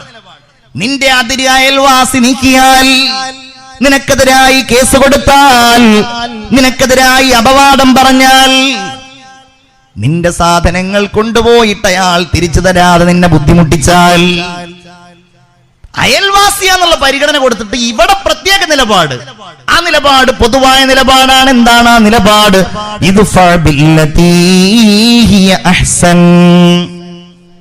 നല്ല കാര്യം കൊണ്ട് നീ അതിനെ പ്രതിരോധിക്കുക, നന്മ കൊണ്ട് പ്രതിരോധിക്കുക. ചിലപ്പോ കല്യാണം പറയാൻ മറന്നിട്ടുണ്ടാവും. അങ്ങനെയൊക്കെ ഇതൊക്കെ നിങ്ങൾ എന്തിനാണ് തെറ്റിയത്, എന്താണ് നിങ്ങൾക്കിടയിലുള്ള പ്രശ്നം എന്ന് ചോദിച്ചിട്ട് ചില ആൾക്കാർ പറയണത് കേട്ടാൽ നമ്മളാകെ സ്തബ്ധരായി പോകും. കല്യാണത്തിന് വേണ്ടതുപോലെ വിളിക്കാത്തതിൻ്റെ പേരിൽ, അല്ലെങ്കിൽ നിശ്ചയം പറഞ്ഞില്ല, കല്യാണേ പറഞ്ഞുള്ളൂ, അപ്പോൾ കല്യാണത്തിന് പോയില്ല. എന്തേ കാര്യം? നിശ്ചയം പറഞ്ഞിട്ടില്ല. ഇവിടെ അങ്ങനെയൊക്കെ നിശ്ചയം എന്നുള്ള ഏർപ്പാടൊക്കെ ഇവിടെ ഉണ്ടോ? കല്യാണത്തിൻ്റെ നിശ്ചയം. അപ്പം ഞാനൊരു കേസ് കേട്ടതാണെന്നാള്, ഒരു രസകരമായ, ഇതൊക്കെ പറയാൻ ഭയങ്കര പേടിയാണ്, പ്രത്യേകിച്ച് ലൈവൊക്കെ ഉണ്ടായതുകൊണ്ട് പറയാൻ ഭയങ്കര പേടിയാണ്. കൃത്യമായിട്ട് പോലെ ചില സംഗതികൾ ഉണ്ടാവില്ല, എന്നെ പറ്റിയിട്ട് തന്നെയാണ് പറയണമെന്ന് പറയും ചില ആൾക്കാർ. നമ്മളതൊന്നുമല്ല, ഇത് സംഭവമുള്ളത് തന്നെയാണ്, ആളുകളെന്ന് നമ്മൾ പറയണില്ലല്ലോ. കല്യാണത്തിന് ഒരു അയൽവാസിയുടെ വീടൊക്കെ പൂട്ടിയിട്ട് ഒരു യാത്ര ഹിജറ പോയിരിക്കുകയാണ്. അപ്പം എന്താണ് അവരുടെ ഹിജറയുടെ കാരണം എന്ന് ചോദിച്ചപ്പോൾ പ്രശ്നം ഇതാണത്രേ, നിശ്ചയം പറഞ്ഞില്ല, അതറിയാതെ പിന്നെ എങ്ങനെയാ കല്യാണത്തിന് വരല്. ഇങ്ങനെയൊക്കെ ഉള്ളൂ. നമ്മൾ കല്യാണം എന്നുള്ള കേസ് മാത്രമല്ല, ഞങ്ങളോട് പൊതുവായിട്ട് പറയാണ്, എല്ലാവരും മനസ്സിലെങ്കിലും ഒരു ഇൻഷാ അല്ലാഹ് പറയൂ. ഫഇദല്ലദീ ബൈനക വബൈനഹു അദാവ കഅന്നഹു വലിയ്യുൻ ഹമീം. നിന്നോട് ശത്രുത ഉണ്ടായ ആൾ നിന്റെ ഏറ്റവും വലിയ സ്നേഹിതനായി മാറും. അയൽവാസിയോട് ആ രീതി നമ്മൾ അവലംബിക്കണം എന്റെ പ്രിയപ്പെട്ട മുഅ്മിനീങ്ങളെ. അതുകൊണ്ട് നമ്മൾ ഇനി മുതൽ വല്ലാത്ത ഒരു ശ്രദ്ധ നമ്മുടെ വലിയ ഒരു കണിശമായ ഒരു വിചാരപ്പെടൽ നമ്മുടെ അയൽവാസികളുടെ കാര്യത്തിൽ നമുക്കുണ്ടാകണമെന്ന് ഞാൻ സാന്ദർഭികമായി ഉണർത്തുകയാണ്. നമ്മുടെ വീടിന്റെ പരിസരത്ത് നല്ലവർ വരുന്നത് അനുഗ്രഹമാണെങ്കിൽ, തിന്മകൾ ഉള്ളവർ വരുന്നത്, തെറ്റുകൾ ചെയ്യുന്നവർ വരുന്നത്, ക്ഷമിക്കാനും സഹിക്കാനും അള്ളാഹു നമുക്ക് കാവൽ തരാ, അള്ളാഹു തമ്പുരാനോട് കാവൽ തേടാനും റഹ്മാനായ റബ്ബ് നമുക്ക് വലിയ ക്ഷമയുടെ പ്രതിഫലം തരാനും കാരണമാകുന്നതാണ്. അള്ളാഹു തൗഫീഖ് നൽകട്ടെ, അള്ളാഹു നമുക്ക് തൗഫീഖ് നൽകട്ടെ. ഒരു കാര്യം കൂടെ ഞാൻ പറയാം, മണ്ണും വളരെ പ്രധാനമാണ്.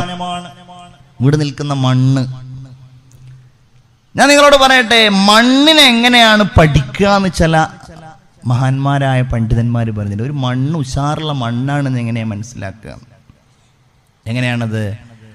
ആ മണ്ണ് മൃഗങ്ങൾക്ക് ഇഷ്ടപ്പെടുന്ന മണ്ണാണോ എന്ന് പരിശോധിക്കണം എന്നാ, അല്ലേ? ഒരു വീടിൻ്റെ ഏറ്റവും വലിയ അനുഗ്രഹങ്ങളിൽപ്പെട്ട ഒന്നാണ് ആ വീട്ടിൽ മനുഷ്യേതര ജീവികളിൽ പട്ടി ഒഴികെയുള്ള ഏതെങ്കിലും ഒരു ജീവി ഉണ്ടാവുക എന്നുള്ളത് ആ വീടിൻ്റെ ഒരു നിഅമത്താണ്. നബി തന്നെ പറഞ്ഞതാണത്. നിങ്ങൾക്കൊരു ആടിനെ വളർത്താൻ കഴിയുമെങ്കിൽ നിങ്ങളൊരാടിനെ വളർത്തുക. ഒരാടിനെ ഇങ്ങനെ വെറുതെ വളർത്തല്ല, ആടിന് കൂട് വേണ്ടി വരും, ആടിന് ഭക്ഷണം വേണ്ടി വരും, ആട് മറ്റൊരാളുടെ തെങ്ങിന്റെ തലപ്പ് കടിക്കാതെ നമ്മൾ ശ്രദ്ധിക്കേണ്ടി വരും. ഇതിനൊക്കെ കഴിയുമെങ്കിൽ നിങ്ങളൊരാട്, അല്ലെങ്കിൽ ഒരു കോഴി, അങ്ങനെയൊക്കെ ഹദീസിൽ കാണാം. അതുണ്ടാകുന്നത് വലിയ സന്തോഷമാണ്. ഒരു 15 കൊല്ലം മുമ്പൊക്കെ ഇതുപോലുള്ളൊരു മജ്ലിസിൽ നമ്മൾ ആരുടെയൊക്കെ വീട്ടിൽ മനുഷ്യേതര ജീവജാലങ്ങൾ ഉണ്ട് എന്ന് ചോദിച്ചിട്ടുണ്ടെങ്കിൽ കുറെ ആൾക്കാർ കൈവെക്കും, ഞങ്ങളുടെ വീട്ടിലുണ്ട്. എന്നാൽ ഇന്നതിൻ്റെ ശതമാനം വളരെ കുറവായിരിക്കും. ചോദിക്കാനൊന്നും ആഗ്രഹിക്കണില്ല. പശുള്ള വീടുകൾ, പോത്തുള്ള വീട്, ആടുള്ള വീട്, ഇങ്ങനെയൊക്കെ ഉണ്ടാവും. അത് അനുഗ്രഹമാണ്. എന്തുകൊണ്ടത് അനുഗ്രഹമാകുന്നു? നമ്മൾ ചിന്തിക്കണം. മഹദിയായ സയ്യിദത്തുനാ ആയിഷ റളിയല്ലാഹു അൻഹ ഹബീബായ നബിയുടെ വീട്ടിൽ ഒരു ആടിനെ വളർത്തിയിരുന്നു. പൂച്ച ശുദ്ധിയുള്ള ജീവിയാണ്, പൂച്ചയെ വളർത്താവുന്നതാണ്. മഹാനായ അബൂ ഹുറൈറ റളിയല്ലാഹു അൻഹു ഒരു പൂച്ചയോട് വലിയ സ്നേഹം കാണിച്ച് ആ പൂച്ചയുമായി അബൂ ഹുറൈറ നടന്നു പോയിരുന്നു. പള്ളിയിലേക്ക് ഇങ്ങനെ പോകുമ്പോ ഒരു മരത്തിന്റെ മുകളിൽ ആ പൂച്ച ഇങ്ങനെ തൂക്കിയിടും. എന്നിട്ട് അബൂ ഹുറൈറ റളിയല്ലാഹു അൻഹു തിരിച്ചു വരുമ്പോൾ ആ പൂച്ച ഇങ്ങനെ കൂടെ കൂട്ടിയിട്ട് മഹാനവറുകൾ യാത്രയാവും. പൂച്ചയോട് വലിയ സ്നേഹം. അതുകൊണ്ടാണ് ആ മഹാന്റെ പേര് അബൂ ഹുറൈറ. ഹിറത്ത്, ഹുറൈർ എന്ന് പറഞ്ഞാൽ പൂച്ചക്കുട്ടി എന്നതിന്റെ അർത്ഥം. അപ്പൊ നബി ഒരിക്കൽ ചോദിച്ചതാണ്, എന്താണ് അന്ത അബൂ ഹുറൈറ, നീ പൂച്ചക്കുട്ടിയുടെ വാപ്പയാണോ എന്ന് ചോദിച്ചു. എപ്പോഴും ഇങ്ങനെ പൂച്ചക്കുട്ടി ഉണ്ടായതുകൊണ്ട്. ഇങ്ങനെ കോഴി വീട്ടിലുണ്ടായാൽ വളരെ നല്ലതാണ്. പല കാര്യങ്ങളും അതിനുണ്ട് എന്നാണ്. ഒന്ന്, അത് അള്ളാഹുവിന് സുജൂദ് ചെയ്യുന്ന ജീവികൾ, അള്ളാഹുവിന് തസ്ബീഹ് ചെല്ലുന്ന ജീവികൾ, അള്ളാഹുവിന്റെ മലക്കുകളെ കാണുന്ന ജീവികളാണ് കോഴികൾ എന്ന് സ്വഹീഹുൽ ബുഖാരിയിലുള്ളതല്ലേ. കോഴി കൂവുന്നത് കേട്ടാൽ നിങ്ങൾ അള്ളാഹുവിനോട് ദുആ ചെയ്യണേ. ഫഇന്നഹാ റഅത് മലകാ, ആ കോഴി അള്ളാഹുവിന്റെ ഒരു മലക്കിനെ കണ്ടിട്ടുണ്ടെന്ന് മുഹമ്മദുർ റസൂലുള്ളാഹി സ്വല്ലല്ലാഹു അലൈഹി വസല്ലം. കണ്ടോ? കോഴി, ആട് അനുഗ്രഹമുള്ള ജീവജാലങ്ങളാണ്. മോമിനീങ്ങളൊന്ന് ആലോചിച്ച് നോക്കിയേ, നമ്മൾക്ക് ഇന്ന് എവിടെ? അതിന് പല കാരണങ്ങളുണ്ട് എന്നുള്ളതാണ്. ഒന്ന്, ഈ ജീവജാലങ്ങൾക്കൊക്കെ ഭക്ഷണം കൊടുക്കുന്നതിന് വലിയ കൂലിയാണ്. മനുഷ്യന്മാർക്ക് ഭക്ഷണം കൊടുക്കുന്നതിനും ജീവജാലങ്ങൾക്ക് ഭക്ഷണം കൊടുക്കുന്നതിനും. നമ്മളെ ചെറിയ 1ാം ക്ലാസ്സിലെ കുട്ടികൾ റബീഉൽ അവ്വലിന്റെ അന്ന് പ്രസംഗിക്കുന്ന ഒരു പ്രസംഗം എന്താണ്? ഒരു പട്ടിക്ക് വെള്ളം കൊടുത്തതിന്റെ പേരിൽ അല്ലാഹു തആല ഒരാളെ സ്വർഗത്തിൽ കടത്തി എന്നൊക്കെ പറഞ്ഞ് പ്രസംഗിക്കല്ലേ. അതാണ് നമ്മളുടെ വീട്ടിൽ കോഴി ഉണ്ടാകുമ്പോൾ നമുക്കതിന്റെ കൂലി കിട്ടും. നമ്മളുടെ വീട്ടിൽ ആടുണ്ടാകുമ്പോൾ, പശു ഉണ്ടാകുമ്പോൾ, നമ്മുടെ വീട്ടിൽ ഇതര ജീവജാലങ്ങൾ ഉണ്ടാകുമ്പോൾ അള്ളാഹു അതിന്റെ കൂലി തരും. ഒരു ഭൂമി നമ്മൾ വാങ്ങാനോ നമ്മൾ ആ ഭൂമിയെ കൊള്ളാനോ നമ്മൾ ഇഷ്ടപ്പെടുകയാണ് എങ്കിൽ ആ ഭൂമിയിൽ മൃഗങ്ങൾ ഉണ്ടെങ്കിൽ അതിന്റെ ശുഭലക്ഷണമാണ് എന്ന് മഹാന്മാര് പറയുന്നുണ്ട്. നമ്മളിപ്പോ ഒരു 10 സെന്റ് ഭൂമി എവിടുന്നെങ്കിലും വാങ്ങണം എന്ന് വിചാരിച്ചിട്ട് ഒരു ഭൂമിയിലേക്ക് ഇങ്ങനെ പോയ സമയത്ത് അവിടെ ഇങ്ങനെ ഒരു പശു അവിടെ നിന്നിട്ട് ഇങ്ങനെ പുല്ല് മേയുന്നുണ്ട് എങ്കിൽ അത് നല്ല ഭൂമിയാണ് കേട്ടോ ഇനിയിപ്പോൾ ഈ വാള് കേട്ട ചില ആൾക്കാരുണ്ടാവും കച്ചവടത്തിൻ്റെ മുമ്പായിട്ട് 2 പശുവിനെ അവിടെ കൊണ്ടുപോയി ഇവിടെ നല്ല ഭൂമിയാണെന്ന് പറഞ്ഞിട്ട് മനുഷ്യന്മാരേതെന്നാണ് നമ്മളുടെ പോയിന്റ് എടുക്കുക എന്നറിയില്ലല്ലോ. അപ്പം അങ്ങനെയാണ്. അല്ലെങ്കിൽ അവിടെ നമ്മളിങ്ങനെ ചെന്നപ്പോൾ അവിടെ മുമ്പ് മൃഗങ്ങൾ മേഞ്ഞടയാളുണ്ട്. ഇതിൻ്റെ ഒരു തെളിവായിട്ട് ചില മഹാന്മാർ പറയുന്ന രസകരമായ ഒരു കാര്യം കൂടെ പറഞ്ഞ് നമുക്ക് ആ ഭാഗം അവിടെ നിർത്താം. എന്താ പറയണത്? അല്ലാഹുവിന്റെ ഹബീബ് സയ്യിദുനാ മുഹമ്മദുർ റസൂലുള്ളാഹി സ്വല്ലല്ലാഹു അലൈഹി വസല്ലമ തങ്ങൾ പരിശുദ്ധമായ മദീനയിൽ ചെന്നു. വിശുദ്ധമായ മസ്ജിദുൽ ഖുബ ഇന്ന് നിലകൊള്ളുന്ന ഭാഗത്ത് റസൂലുള്ളാഹി തങ്ങൾ അവിടെ താമസിച്ചു. റബീഉൽ അവ്വൽ 9-ന് 10-ന്റെ അന്ന് 11ഉം 12ഉം അവിടെ താമസിച്ച് 12-ന്റെ അന്ന് ഹബീബായ റസൂലുള്ളാഹി സ്വല്ലല്ലാഹു അലൈഹി വസല്ലമ തങ്ങൾ ഒട്ടകപ്പുറത്ത് ഇങ്ങനെ പോകുകയാണ്. ഈ മസ്ജിദുൽ ഖുബയിൽ നിന്ന് ഇന്ന് മസ്ജിദുൻ നബവി നിൽക്കുന്ന ആ ഭാഗത്തേക്ക് അബൂ അയ്യൂബ് അൽ അൻസാരിയുടെ വീടിന്റെ ആ ഒരു പരിസരത്തേക്ക് ഇങ്ങനെ പോകുകയാണ്. പോകുമ്പോ ഓരോരുത്തരും നബിയെ വിളിക്കുന്നുണ്ട്, യാ റസൂലല്ലാഹ്, അങ്ങന്റെ വീട്ടിൽ താമസിക്കണേ, അങ്ങന്റെ വീട്ടിൽ കഴിയണേ. നബി എന്താ പറഞ്ഞത്? എന്റെ ഒട്ടകത്തോട് കൽപ്പിക്കപ്പെട്ടിട്ടുണ്ട്, ഫഇന്നഹാ മഅ്മൂറ, ആ ഒട്ടകത്തെ ദഊ, നിങ്ങൾ അതിനങ്ങോട്ട് വിട്ടോളൂ, അതെവിടെയാണോ മുട്ടുകുത്തുന്നത് അവിടെ ഞാൻ താമസിച്ചോളാന്ന്. അപ്പൊ ആ മൃഗത്തിന് ഇഷ്ടപ്പെട്ട മണ്ണിൽ മുഹമ്മദുർ റസൂലുള്ളാഹി സ്വല്ലല്ലാഹു അലൈഹി വസല്ലം ഇറങ്ങുകയും അവിടെയുള്ള അബൂ അയ്യൂബ് അൽ അൻസാരിയുടെ വീട്ടിൽ താമസിക്കുകയും ചെയ്തു. കേട്ടോ, ഇങ്ങനെ എന്റെ പ്രിയപ്പെട്ടവരെ, ഞാൻ ആ ഭാഗം അവിടെ അവസാനിപ്പിക്കുന്നതിന്റെ മുമ്പ് നിങ്ങളോട് എനിക്ക് പറയാനുള്ള കാര്യം, നമ്മളുടെ വീടുകളിൽ ഇതര ജീവജാലങ്ങൾ ഉണ്ടാകാൻ നമ്മൾ ശ്രമിക്കണം. ഏറ്റവും ചുരുങ്ങിയതൊരു 4 കോഴികളെങ്കിലും, ആ കോഴികൾക്ക് അന്നം കൊടുക്കാൻ, ആ കോഴിയുടെ മുട്ടകൾ കഴിക്കാൻ, ആ കോഴി ജീവജാലങ്ങളോട് സ്നേഹം പ്രകടിപ്പിക്കാൻ നമുക്ക് അവസരമുണ്ടാകുന്ന ഒരു സാഹചര്യം ഉണ്ടാകുമല്ലോ. അത് വീടിന്റെ അനുഗ്രഹമാണ്, വീടിന്റെ ഐശ്വര്യമാണ്, വീടിന്റെ നന്മയാണ് എന്ന് ഞാൻ സാന്ദർഭികമായി നിങ്ങളെ ഉണർത്തുകയാണ്. അള്ളാഹു നമുക്ക് ഖൈർ പ്രദാനം ചെയ്യട്ടെ. ഒരു മനുഷ്യന് അള്ളാഹു നൽകുന്ന ഏറ്റവും വലിയ അനുഗ്രഹമാണ് അവന് അനുയോജ്യമായ വീട് നൽകപ്പെടുക എന്ന് പറയുന്നത്. അനുയോജ്യമെന്നേ പറഞ്ഞിട്ടുള്ളൂ.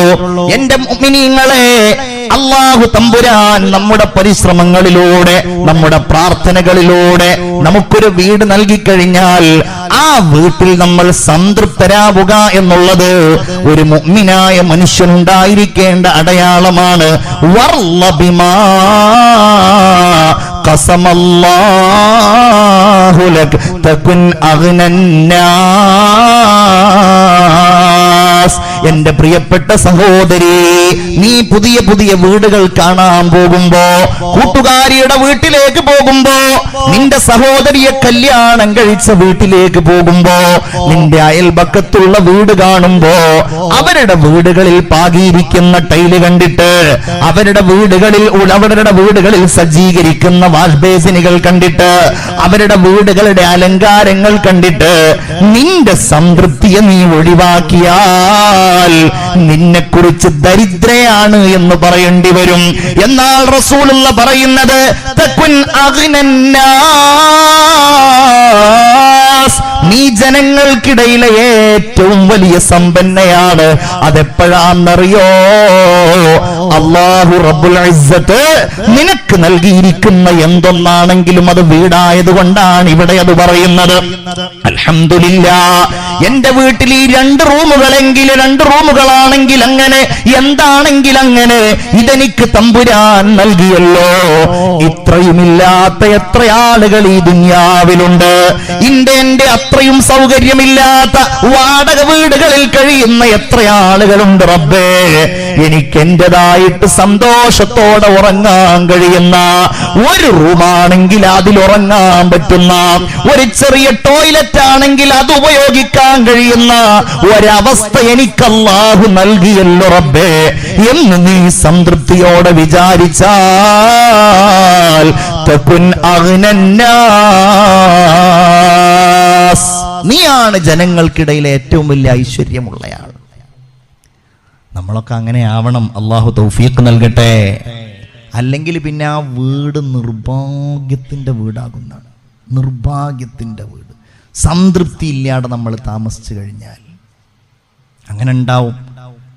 അശ്ശുഉമു ഫിദ്ദാരി വൽ മർഅതി വൽ ഫറസി എന്നൊരു ഹദീസ് ഉണ്ട്. അത് അവലക്ഷണാണ് എന്നാണ്.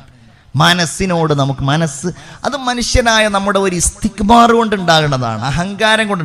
ഞാൻ ഈ വീട്ടിലൊന്നും താമസിക്കേണ്ട ആളല്ല, ഞാൻ ഇവളെ ഒന്നും കല്യാണം കഴിക്കേണ്ട ആളല്ല, ഞാൻ ഇവനെ ഒന്നും കല്യാണം കഴിക്കേണ്ട ആളല്ല, അങ്ങോട്ടും ഇങ്ങോട്ടൊക്കെ അങ്ങനെ വിചാരിക്കാനേ പാടില്ല. അത് ഇസ്തിക്ബാറാണ്, മനുഷ്യന്റെ ഹൃദയത്തിലുണ്ടാകുന്ന ഒരു തരം അഹങ്കാരമാണ്. ആ സ്വഭാവത്തെ അങ്ങോട്ട് പറിച്ച് വലിച്ചെറിഞ്ഞിട്ടുണ്ടെങ്കിൽ വീടും ശരിയായി, ഭാര്യയും ശരിയായി. വൽ ഫറസി, കുതിരയിലും. കുതിര എന്ന് പറഞ്ഞാൽ അന്നത്തെ വാഹനമാണ്. ഹബീബായ മുഹമ്മദുർ റസൂലുള്ളാഹി സ്വല്ലല്ലാഹു അലൈഹി വസല്ലമ തങ്ങൾ വീട് വെക്കാൻ ഉദ്ദേശിക്കുന്ന ആളുകൾക്ക് അതിന് അനുയോജ്യമായ സ്ഥലം നിർണയിച്ചു കൊടുക്കുമായിരുന്നു. അല്ലാഹു നമ്മുടെ വീടുകളെയൊക്കെ നന്നാക്കി തരട്ടെ. ആ വീട്ടിൽ വെച്ച് നിസ്കാരം നിർവഹിക്കണം. ഞാൻ അതിന്റെ തുടക്കത്തിൽ ഞാനൊരു സൂചന നൽകി. ഇത് ഖുർആനിന്റെ കൽപ്പനയാണ്, പരിശുദ്ധമായ ഖുർആൻ. മഹാനായ മൂസ അലൈഹിസ്സലാത്തു വസ്സലാമിനോട് മിസ്റിൽ വീടുണ്ടാക്കാൻ പറയുന്ന ഒരു വചനം ഖുർആനിലുണ്ട്. ചില വീടുകളൊക്കെ ഇപ്പൊ അൽഹംദുലില്ലാ നിസ്കരിക്കാനുള്ള ഒരു സ്പേസ് ഉണ്ടാക്കും. പണ്ടത് ഏതായാലും ഉണ്ടായിരുന്നു. വഇദ് ഔഹൈനാ ഇലാ മൂസ വഅഖീ അൻ തബവ്വഅ ലിഖൗമികുമാ ബിമിസ്റ ബുയൂതാ വജഅലൂ ബുയൂതകും ഖിബ്ല വഅഖീമുസ് സ്വലാത്ത വബശ്ശിരിൽ മുഅ്മിനീൻ. വഔഹൈനാ ഇലാ മൂസ വഅഖീ, മൂസാ നബിയിലേക്കും തന്റെ സഹോദരനായ ഹാറൂൻ അലൈഹിസ്സലാമിലേക്കും നാം ദിവ്യബോധനം നൽകി. എന്താ നൽകിയത്?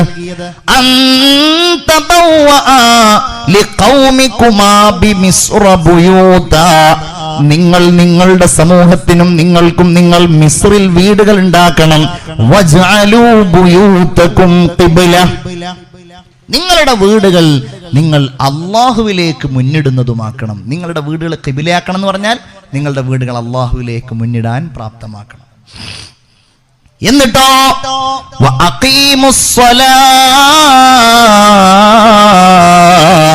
ആ വീടുകളിൽ നിങ്ങൾ നിസ്കാരം നിലനിർത്തുകയും വേണം. വേറെ ഒരു ഹദീസ് കേട്ടോളൂ.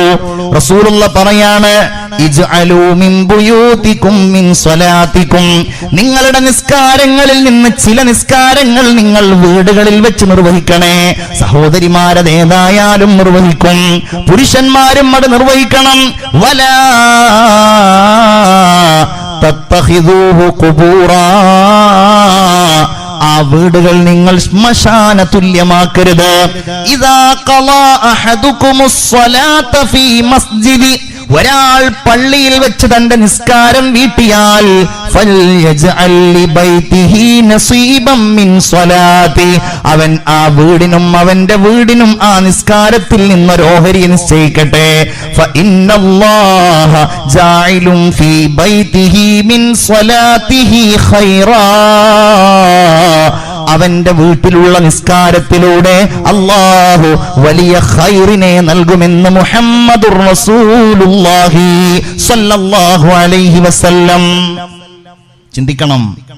ഇശാ പള്ളിയിൽ വെച്ച് നിസ്കരിച്ചു, ഇവിടുന്ന് സുന്നത്ത് നിസ്കരിച്ചില്ലെങ്കിൽ ഞാൻ വീട്ടിൽ പോയിട്ട് നിസ്കരിക്കുന്ന ഉറപ്പുള്ള ആളുകൾ ഏറ്റവും നല്ലത് എന്താണ്? ആ സുന്നത്ത് വീട്ടിൽ പോയിട്ട് നിസ്കരിക്കലാണ്. പക്ഷേ ആ ഉറപ്പ് അധികം ആളുകൾക്കും കുറവായതുകൊണ്ട് പള്ളിയിൽ നിന്ന് തന്നെ നിസ്കരിക്കലായിരിക്കും അതിൻ്റെ നന്മ.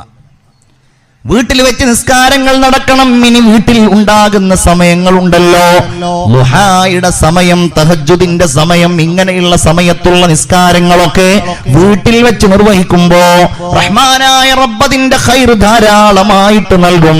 എന്റെ പ്രിയപ്പെട്ട സഹോദരിമാരെ, സഹോദരന്മാരെ, ഹബീബായ റസൂലുള്ളാഹി സ്വല്ലല്ലാഹു അലൈഹി വസല്ലമ തങ്ങളുടെ ഒരു ഹദീസ് ഞാൻ നിങ്ങളുടെ ശ്രദ്ധയിൽ കൊണ്ടുവരികയാണ്.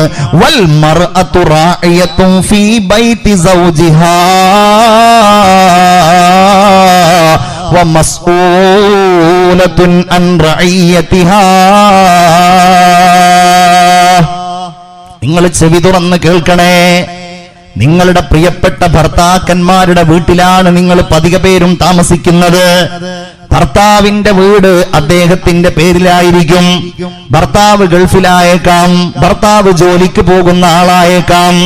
ഭർത്താവിലൂടെ നിങ്ങൾക്കുണ്ടായ മക്കളെ നിങ്ങളുടെ വീട്ടിൽ അല്ലാഹു തമ്പുരാൻ നിങ്ങളെ ഏൽപ്പിച്ചിട്ട് ഒരുപക്ഷേ ആ ഭർത്താവ് ഗൾഫിലോ മറ്റു ജോലിക്കോ മറ്റു പ്രദേശങ്ങളിലേക്ക് പോയിട്ടുണ്ടാകാം. നിങ്ങൾക്കതിൽ വലിയ ഉത്തരവാദിത്തമുണ്ട്. ആ വീട്ടിൽ നിങ്ങൾ ഭരണാധികാരിയാണ്. ആ വീടിന്റെ വൃത്തി നിങ്ങളുടെ കൈവശമാണ്. ആ വീടിന്റെ സുരക്ഷ നിങ്ങളുടെ കയ്യിലാണുള്ളത്. ആ വീട്ടിലെ മക്കളുടെ പരിപാലനം നിങ്ങളുടെ കയ്യിലാണുള്ളത്. നിങ്ങൾ ഒരന്യ പുരുഷനെ, അതല്ലെങ്കിൽ നിങ്ങളുടെ ഭർത്താവിന് താല്പര്യമില്ലാത്തവരെ നിങ്ങൾ ആ വീട്ടിലേക്ക് പ്രവേശിപ്പിക്കുമ്പോൾ അല്ലാഹുവിന്റെ ശാപം, നിങ്ങളുടെ ഭർത്താവിനോട് കാണിക്കുന്ന വഞ്ചന എല്ലാം കൂടി നിങ്ങളുടെ ജീവിതത്തിന്റെ അനുഗ്രഹം നഷ്ടപ്പെടുകയാണ്. നിങ്ങൾ അല്ലാഹുവിനെ സൂക്ഷിക്കണേ. ആര് കാണുന്നില്ലെങ്കിലും അല്ലാഹുവിന്റെ ഹബീബ് നിങ്ങളെ ഏൽപ്പിച്ച ഉത്തരവാദിത്തമാണ് എന്ന് നിങ്ങൾ ആലോചിക്കണേ. പാപങ്ങളിലേക്ക് പോകരുത്, കുറ്റകൃത്യങ്ങളിലേക്ക് പോകരുത്. ആര് കാണുന്നില്ലെങ്കിലും റബ്ബ് കാണുന്നുണ്ട്. നിങ്ങളുടെ പ്രിയപ്പെട്ട ഭർത്താവിന്റെ കാഴ്ചയിൽ ഒരുപക്ഷെ അദ്ദേഹത്തിന്റെ അസാന്നിധ്യത്തിൽ അദ്ദേഹം അറിഞ്ഞില്ല എന്ന് വന്നേക്കാം, കാണില്ല എന്ന് വന്നേക്കാം. ആര് കാണുന്നില്ലെങ്കിലും അല്ലാഹു കാണുന്നുണ്ട്. വിശ്വസ്തത പുലർത്തണം. ആ വീട്ടിൽ നിങ്ങളുടെ ഭർത്താവിനോട് വിശ്വസ്തരായിരിക്കണം, നിങ്ങളുടെ മക്കളോട് വിശ്വസ്തരായിരിക്കണം. അദ്ദേഹത്തിന്റെ സമ്മതമില്ലാതെ, അദ്ദേഹത്തിന്റെ അനുവാദമില്ലാതെ നിങ്ങൾ സാധനങ്ങൾ ചെലവഴിക്കുന്നതിലും ഏത് നൽകുന്നതിലും നിങ്ങൾ വളരെ ഗൗരവം കാണിക്കണം, നിങ്ങൾ ശ്രദ്ധ കാണിക്കണം. അദ്ദേഹത്തോട്, നിങ്ങളുടെ പ്രിയപ്പെട്ട ഭർത്താവിനോട് ഒരു കാരണവശാലും നിങ്ങൾ വഞ്ചന കാണിക്കരുത് എന്ന് ഞാൻ ഓർമ്മിപ്പിക്കുകയാണ്. ഏതെങ്കിലും ഒരു വിഡ്ഢിയായ മനുഷ്യൻ ഫോൺ ചെയ്യുമ്പോഴേക്ക്, ഏതെങ്കിലും ഒരു വിഡ്ഢിയായ മനുഷ്യൻ വർത്തമാനം പറയുമ്പോഴേക്ക്, വഴിതെറ്റിക്കാൻ ഒരുങ്ങുന്നവർ നിങ്ങളെ വിളിക്കുമ്പോഴേക്ക് അതിന്റെ പിന്നാലെ പോയാൽ അല്ലാഹുവിന്റെ ശാപം, ഭർത്താവിന്റെ ശാപം, ഈ ദുനിയാവിലും ആഖിറത്തിലുമൊക്കെയുള്ള പരാജയം നമ്മെ കാത്തിരിക്കുന്നു എന്ന വേദനാജനകമായ സംഗതി നമ്മൾ അറിയണം. എന്റെ പ്രിയപ്പെട്ടവരെ, മക്കളെ നമ്മൾ സംരക്ഷിക്കണം. നമുക്ക് അല്ലാഹു നൽകിയ ആ വീട്, നമ്മളുടെ ഭർത്താവിലൂടെ താമസിക്കാൻ നൽകിയ ആ ഒരു വീട്, റഹ്മാനായ റബ്ബ് നമുക്ക് നൽകിയ ഏറ്റവും വലിയ ഒരു നിഅമത്താണ് എന്ന തിരിച്ചറിവ് നമുക്കുണ്ടാകണം. അല്ലാഹു നമുക്ക് വലിയ കാവൽ നൽകട്ടെ. ആമീൻ പറയൂ. അല്ലാഹു കാവൽ നൽകട്ടെ. വീടുകൾ വലിയ ആഡംബരങ്ങൾ സ്വീകരിക്കുന്ന കാലമാണ്. വീടുകൾ മാത്രമല്ല, എല്ലാം അങ്ങനെയാണോ? ആഡംബരങ്ങളുടെ ലോകത്ത് ഒരു ചെറിയ കട തുടങ്ങുകയാണെന്നുണ്ടെങ്കിൽ ആ കട തുടങ്ങുന്ന ആളുകൾ ആ കടയിലുള്ള ചരക്കുകൾക്കും സാധനങ്ങൾക്കൊക്കെ ഉള്ളതിനേക്കാളും വലിയ സൗകര്യങ്ങളോ വലിയ ആഡംബരപൂർണ്ണമായിട്ടായിരിക്കും അതിൻ്റെ ഫർണിഷിങ് ചെയ്യുക. അട്രാക്ഷന് നല്ലതാണെന്നൊക്കെ പറയും. ഒരു വർഷം കഴിഞ്ഞിട്ട് കടവും കടത്തിൻ്റെ കൂടെല്ലോ ആയിട്ട് അവരത് വൈൻഡപ്പ് ചെയ്ത് പോകുമ്പോഴായിരിക്കും അവർ നമ്മളോട് പറയുന്നത് അത്ര വലിയ കാശൊക്കെ ചിലവാക്കിയിട്ട് അതിൻ്റെ ഫർണിഷിങ്ങൊക്കെ നടത്തിയിട്ട് കച്ചവടം ഉണ്ടായില്ല എന്ന് പറയും. ആഡംബരങ്ങൾ അവസാനിപ്പിക്കണം. വൃത്തിയും സൗന്ദര്യവും നല്ലതാണ്. ഇന്നല്ലാഹ ജമീലുൻ യുഹിബ്ബുൽ ജമാൽ. നല്ലൊരു വൃത്തിയുള്ള വീടുണ്ടാവുക. വൃത്തി, ആഡംബരം വേണമെന്നുണ്ടോ വൃത്തിക്ക്? ഉണ്ടോ? ആഡംബരം വേണമെന്നില്ല വൃത്തിക്ക്. ഞാനിങ്ങനെ ഒരു ഇൻറ്റീരിയർ ഡിസൈനറായിരിക്കുന്ന ഒരാളോട് ഞാനതിൻ്റെ വിശദാംശങ്ങൾ ഇങ്ങനെ ചോദിച്ചപ്പോൾ അയാൾ എന്നോട് പറയാണ്, ഇപ്പോൾ ചില വീടുകളുടെയൊക്കെ പിന്നെ എന്താ പറയുക, കണ്ടംപററിയോ, അതായത് ഈ പഴയ കാലഘട്ടത്തിലുള്ള ഓരോ മോഡലുകളൊക്കെ ചെയ്യാൻ വേണ്ടി പറയത്തരേ ചില വീടുകൾ. അങ്ങനെ വീടുകൾ ചെയ്യാൻ വേണ്ടി പറഞ്ഞ് നമ്മളതിൻ്റെ ഡോറുകളൊക്കെ ഡിസൈൻ ചെയ്ത് കൊടുക്കും. ഇയാളിനോട് പറയാണ്, ആ ഡോറിൽ നമ്മൾ എലിവാലിൻ്റെ രോമങ്ങൾ വരെ, എലി ഇങ്ങനെ പോയിട്ടുണ്ടെങ്കിൽ ഒരു രോമം ഉണ്ടാവുമല്ലോ, ആ രോമങ്ങൾ വരെ അതിൻ്റെ പഴക്കം തോന്നിപ്പിക്കാൻ വേണ്ടിയിട്ട് നമ്മളതിൽ എവിടെയെങ്കിലും ഫിറ്റ് ചെയ്ത് കൊടുക്കാറുണ്ട്. നമ്മളുടെയൊക്കെ വാതിൽ വന്ന് നോക്കിയാൽ പെയിൻ്റ് അടിക്കുമ്പോൾ അതിൻ്റെ ബ്രഷിൻ്റെ ഏതെങ്കിലും പിന്നെ ആര് പോയിട്ടുണ്ടെങ്കിൽ അതുണ്ടാവും. ഇതുവരെ അത് ആർട്ടിഫിഷ്യലായിട്ട്. അങ്ങനെ ആഡംബരവും വൃത്തിയും രണ്ടാണ്. നമ്മൾ വിചാരിക്കും അത് നമ്മൾ കാശില്ലാത്തതുകൊണ്ട് അങ്ങനെയല്ല. കാശുള്ളവനാണെങ്കിലും ഇല്ലാത്തവനാണെങ്കിലും അമിതമായ ആഡംബരം എന്ന് പറഞ്ഞാൽ അത് അള്ളാഹുവിന് താല്പര്യമില്ലാത്ത സംഗതിയാണ്. നമ്മൾ വിവാഹത്തെ എതിർക്കുന്നില്ലല്ലോ, നമ്മൾ വിവാഹത്തിന് നല്ല ഭക്ഷണം കൊടുക്കുന്നതിന് എതിർക്കുന്നില്ലല്ലോ. നമ്മൾ എന്തിനെയാണ് സൂക്ഷിക്കാൻ വേണ്ടി പറയുന്നത്? ആ വിവാഹം ആഡംബരാകുന്നതിനെയാണ്. വീടുകൾ, നല്ല വീടുണ്ടാവുക, വിശാലമായ വീടുണ്ടാവുക, ഒരാൾക്ക് കടന്നു വരാനും താമസിക്കാനൊക്കെ നല്ല അതിനല്ല. പക്ഷെ അതങ്ങോട്ട് ആഡംബരപൂർണം. എന്നിട്ട് നമ്മൾ അന്വേഷിച്ച് നോക്കിയാലോ ഈ വീടിന് എത്രയാ ചെലവായത്? ഇപ്പൊ ആൾക്കാർക്ക് പൈസ എന്ന് പറയാൻ വയ്യ, 1C എന്നൊക്കെയാ പറയാ. ചില ആൾക്കാർ 1CR എന്നൊക്കെ പറയും. ഓ യാ അല്ലാ. ഇന്നലെയും കൂടി ഒരാളിനോട് പറഞ്ഞു ഒരു 10C സ്ഥലമാണ് അത്ര ഒരു വിറ്റെന്ന് പറഞ്ഞു. 10C. ഓ, കാരണം അന്ന് പറയുമ്പോൾ ഒരു ഒരു കോഡ് ഭാഷയായിട്ട് മാറിയിരിക്കുകയാണ് എന്നതുപോലെയാണ് വീടുകൾ ഇന്നിപ്പോൾ വലിയ പുതിയ വീടുകൾ മാത്രമല്ല, പഴയ വീടുകളൊക്കെ നമ്മൾ ചിന്തിക്കേണ്ട കാര്യം എന്താണെന്ന് വെച്ചാൽ, ഇത്തരം സംഗതികൾക്ക് ഞാൻ പുറപ്പെടുമ്പോൾ, നമ്മളിങ്ങനെ ഒരു വീടുണ്ടാക്കാൻ പുറപ്പെടുകയാണ്, അല്ലെങ്കിൽ വീട് മോഡിഫൈ ചെയ്യാൻ പുറപ്പെടുകയാണ്, അതിൻ്റെ അനിവാര്യത, അതിൻ്റെ ചെലവ് നമ്മളൊക്കെ ചിന്തിക്കേണ്ടത് എന്താണ്? നമുക്കൊരു വീടല്ല, നമുക്ക് വീടുകൾ വരാനുണ്ട്. നാളെ കിടക്കുന്ന വീട്, കബറെന്ന മണ്ണറക്കൂട്, അങ്ങനെ ഒരു വീട് വരാനുണ്ട് ഇല്ലേ? ആറൂക്കാലുള്ളൊരു കട്ടിലേറ്റി ആളുകൾ മെല്ലെ നാടം നീടുന്നു. ഇരുളാൽ പെയിന്റിട്ട വീട്, കബറെന്ന മണ്ണറക്കൂട്. അങ്ങനെ ഒരു വീട് വരാനുണ്ട്. വേറൊരു വീടും വരാനുണ്ട്, സ്വർഗമാകുന്ന വീട്. ഇവിടെ രണ്ടോടത്ത് രക്ഷപ്പെടണമെന്നുണ്ടെങ്കിൽ അതിന് ദുന്യാവിലെ വീട് നമ്മളൊന്ന് അള്ളാഹുവിനെ സൂക്ഷിച്ച് നിർമ്മിക്കേണ്ടി വരും. പടച്ചോനെ ആ വീട്ടിൽ സൂക്ഷിക്കേണ്ടി വരും. ഞാൻ നിങ്ങളോട് പറയട്ടെ, വീടുകൾ മോഡിഫൈ ചെയ്ത ഒരു വിഭാഗം ഖുർആനിലുണ്ട്. അവരുടെ മെയിൻ പരിപാടി എന്ന് പറഞ്ഞാൽ വീട് ഭംഗിയാക്കുക. അങ്ങനെ തന്നെയാ പറഞ്ഞിട്ടുള്ളത് അല്ലേ? ഒന്ന് ആദ് സമുദായം, മറ്റൊന്ന് സമൂദ് ഗോത്രം. وثمود الذين جابوا الصخر بالواد.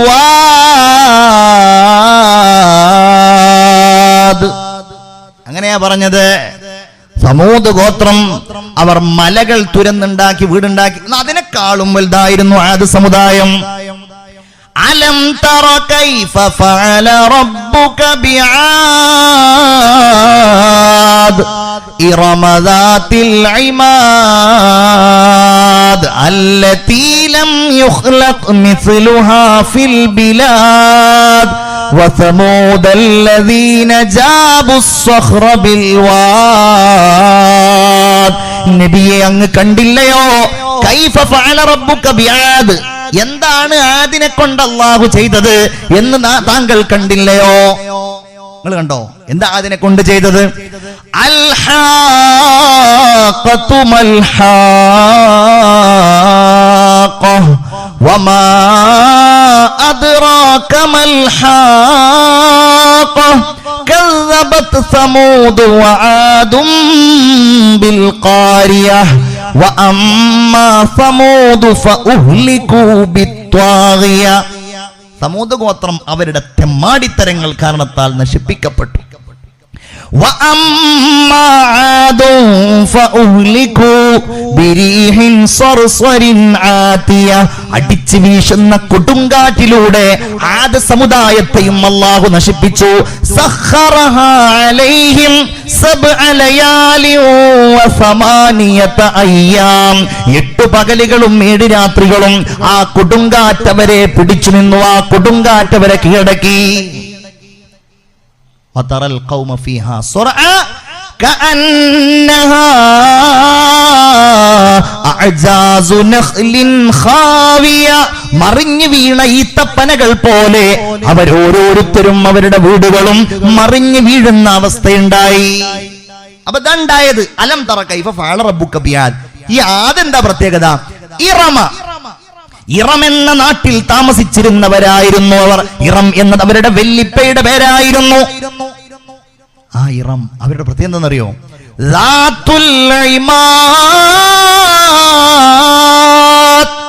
അവർ ഗോപുരങ്ങളുടെ ആളുകളായിരുന്നു. വലിയ വീടുകൾ ഉണ്ടാക്കുന്നവർ, ഗോപുര സമാനമായ വീടുകൾ ഉണ്ടാക്കുന്നവർ, വലിയ വലിയ കൊട്ടാരങ്ങളും കൊട്ടകളും കിട്ടുന്നവർ ആയിരുന്നു അവർ. കണ്ടോ? തന്നെയുമല്ല, അവരിലേക്ക് നിയുക്തനായ പ്രവാചകനാണ് ആര്? ആര്? സയ്യിദുനാ ഹൂദ് നബി അലൈഹിസ്സലാം അല്ലേ? വഇലാ ആദിൻ അഖാഹും ഹൂദാ. ഹൂദ് നബി അലൈഹിസ്സലാം അവരോട് പറഞ്ഞ കാര്യം ഖുർആൻ പറയുന്നുണ്ട്. അതബ്നൂന ബികുല്ലി റീഇൻ ആയതൻ തബസൂൻ വതത്തഖിദൂന മസാനിയ ലഅല്ലകും തഖ്ലുദൂൻ. നിങ്ങൾ എന്തിനാണ് ഉയർന്ന സ്ഥലങ്ങളിൽ ഇങ്ങനെ വെറുതെ ഈ ഉയർന്ന സ്ഥലങ്ങളിൽ ഇങ്ങനെ വീടുകൾ ഉണ്ടാക്കുന്നത്? നിങ്ങൾ എന്തിനാണ് ഇത്രയും വലിയ കൊട്ടാരങ്ങൾ ഉണ്ടാക്കുന്നത്? നിങ്ങൾ വിചാരിക്കുന്നുണ്ടോ ലഅല്ലകും തഖ്ലുദൂൻ, നിങ്ങൾ ഇവിടെ തന്നെ ശാശ്വതരായി നിൽക്കുന്ന? അപ്പൊ ഒരു വീടല്ല, ഒരിങ്ങനെ വീട്. ഖിയാമത്ത് നാളിന്റെ അടയാളം അതാണെന്ന് മുഹമ്മദ് മുസ്തഫ അല്ലേ? അതെന്നല്ലേ? എന്താ പറയുന്നത്?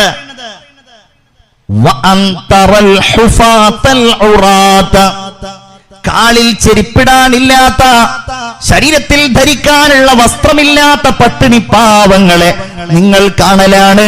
എങ്ങനെ കാണലാണ്? എങ്ങനെയാ കാണുക? അവരിങ്ങനെ യതതാവലൂന ഫിൽ ബുനിയാൻ,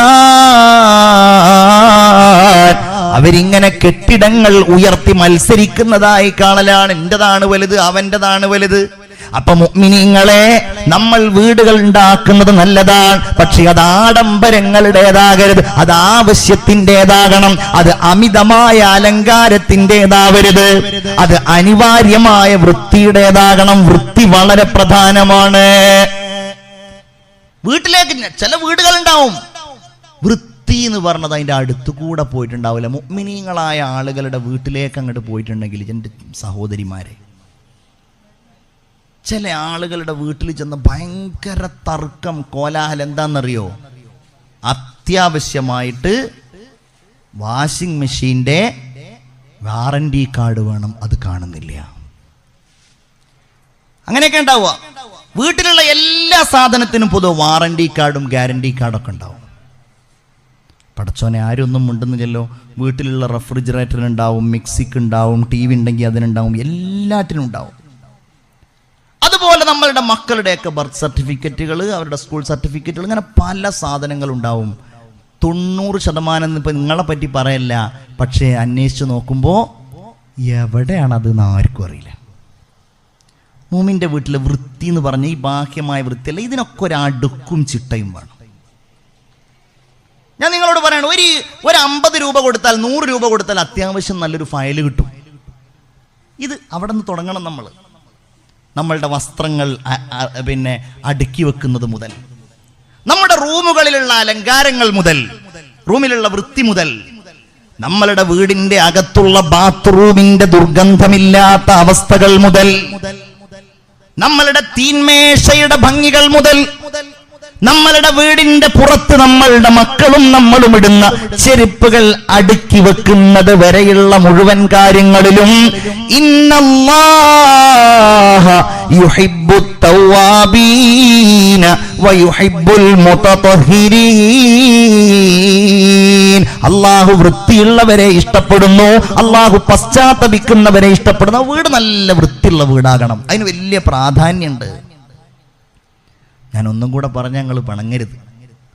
നമ്മളുടെ വീടിൻ്റെ വൃത്തിയുടെ ഭാഗമാണ് നമ്മളുടെ വീട്ടിലൊക്കെ നല്ല അലങ്കരിക്കുന്ന നല്ല ചെടികൾ ഉണ്ടാവുക എന്നൊക്കെ പറഞ്ഞാൽ. ചെടികൾ ഉണ്ടാവണം. പണ്ട് നമ്മളുടെ പെൺകുട്ടികളൊക്കെ മത്സരിക്കും ഇല്ലേ? നമ്മളുടെ പെങ്ങന്മാരൊക്കെ ഇങ്ങനെ മത്സരിക്കും, ചെറിയ ചെറിയ ചെടികളൊക്കെ വെച്ചിട്ട് ആരുടെ ചെടിയാണ് നല്ല വളരുന്നത്, ആരുടേതിലാണ് ആദ്യം പൂക്കൾ ഉണ്ടാകുന്നത്. അങ്ങനെ സംസ്കാരമൊന്നുമില്ല. ഞാൻ വീട് ഉണ്ടാക്കണ കാലത്ത് ചിലപ്പോൾ 2-3 പൂച്ചട്ടികളൊക്കെ വാങ്ങിച്ചു കൊടുത്തിട്ട് അത് ആ കാടും ഇതൊക്കെ ആയിട്ട് പൊട്ടി അങ്ങനെ ആയിട്ട് ഇങ്ങനെ. അതല്ല, അത് മക്കൾക്കൊരു എക്സ്പീരിയൻസ് ആണ്, അത് അവർക്കുള്ള ഒരു എക്സസൈസും കൂടെയാണ്. വെള്ളം ഒഴിച്ചു കൊടുക്കാൻ അതൊക്കെ ഖൈറാണ്. വീട്ടിൽ ചെടി ഉണ്ടാകുന്നതും ആ ചെടിക്ക് വെള്ളമൊഴിക്കുന്നതും ആ ചെടിയിൽ പൂക്കൾ ഉണ്ടാകുന്നതും അതൊക്കെ ആ വീടിന്റെ ഒരു അലങ്കാരമാണ്. അതിന് ഉമ്മമാര് മുൻകൈയെടുക്കണം. വീട്ടിൽ അടുക്കളത്തോട്ടമുണ്ടാകണം. ഒരുപക്ഷെ വലിയ പച്ചക്കറികളോ അതുപോലെയുള്ള സംഗതികളോ നിങ്ങൾക്കുണ്ടാക്കാൻ കഴിയുന്നില്ല എങ്കിലും 1-2 സാധനങ്ങൾ നട്ടുപിടിപ്പിച്ച് അതിൽ നിന്ന് കൊല്ലത്തിലോ 2 മാസത്തിലോ ഒരിക്കൽ ഒരു തവണയെങ്കിലും നിങ്ങൾ അതുകൊണ്ട് ഭക്ഷണം ഉണ്ടാക്കിയാൽ അല്ലാഹു നിങ്ങൾക്ക് തരുന്ന കൂലി വളരെ വലുതാ. ഹബീബായ റസൂലുള്ളാഹി സ്വല്ലല്ലാഹു അലൈഹി വസല്ലം പറയുന്നു, ഒരാൾ ചെടി നട്ടാൽ എന്നിട്ട് അതിൽ നിന്ന് വല്ലതുമുണ്ടായി അതിന്റെ ഫലത്തിൽ നിന്ന് മനുഷ്യരോ മൃഗങ്ങളോ കഴിച്ചാൽ അല്ലാഹു അവർക്ക് സ്വതക്കയുടെ കൂലി നൽകുന്നതാണെന്ന് മുഹമ്മദുർ റസൂലുള്ളാഹി സ്വല്ലല്ലാഹു അലൈഹി വസല്ലം. ഞാൻ അവസാനിപ്പിക്കാൻ വേണ്ടി പോവാൻ. വീടിൻ്റെ മര്യാദകളിലേക്ക് കടക്കുകയാണെന്നുണ്ടെങ്കിൽ ഒരുപാട് കാര്യങ്ങൾ പറയാനുണ്ട്. അത് മറ്റൊരു വിഷയമാണ്. വീടിൻ്റെ മര്യാദകൾ, വീട്ടിലേക്ക് കടക്കുമ്പോഴെങ്ങനെയാണ്, വീട്ടിൽ നിന്ന് ഇറങ്ങുമ്പോഴെങ്ങനെയാണ്, ദിക്റുകൾ എന്തൊക്കെയാണ്, ഞാൻ അതിലേക്കൊന്നും ഇപ്പോൾ കടക്കുന്നില്ല. നമ്മളൊരൊറ്റ കാര്യം മനസ്സിലാക്കുക, നമ്മൾ ഇവിടെ നിന്ന് നമ്മളുടെ വീടുകൾ അഹങ്കാരത്തിൻ്റെയും അഹംഭാവത്തിൻ്റെയും ആകരുത്. വീടുകൾ എന്ന് പറഞ്ഞിട്ടുണ്ടെങ്കിൽ ആ വീട്ടിൽ വരുന്നവർക്ക് സന്തോഷം ഉണ്ടാവണം, അതിഥികൾക്ക് സന്തോഷം ഉണ്ടാവണം. ആ വീട്ടിൽ പരസ്പരം സന്തോഷവും സമാധാനവും ഉണ്ടാകണം. അതിനാണ് ഞാൻ ആദ്യം പറഞ്ഞത്, ആ വീട്ടിൽ അള്ളാഹുവിൻ്റെ ദിക്റുണ്ടായാൽ അതൊക്കെ ഉണ്ടാവും.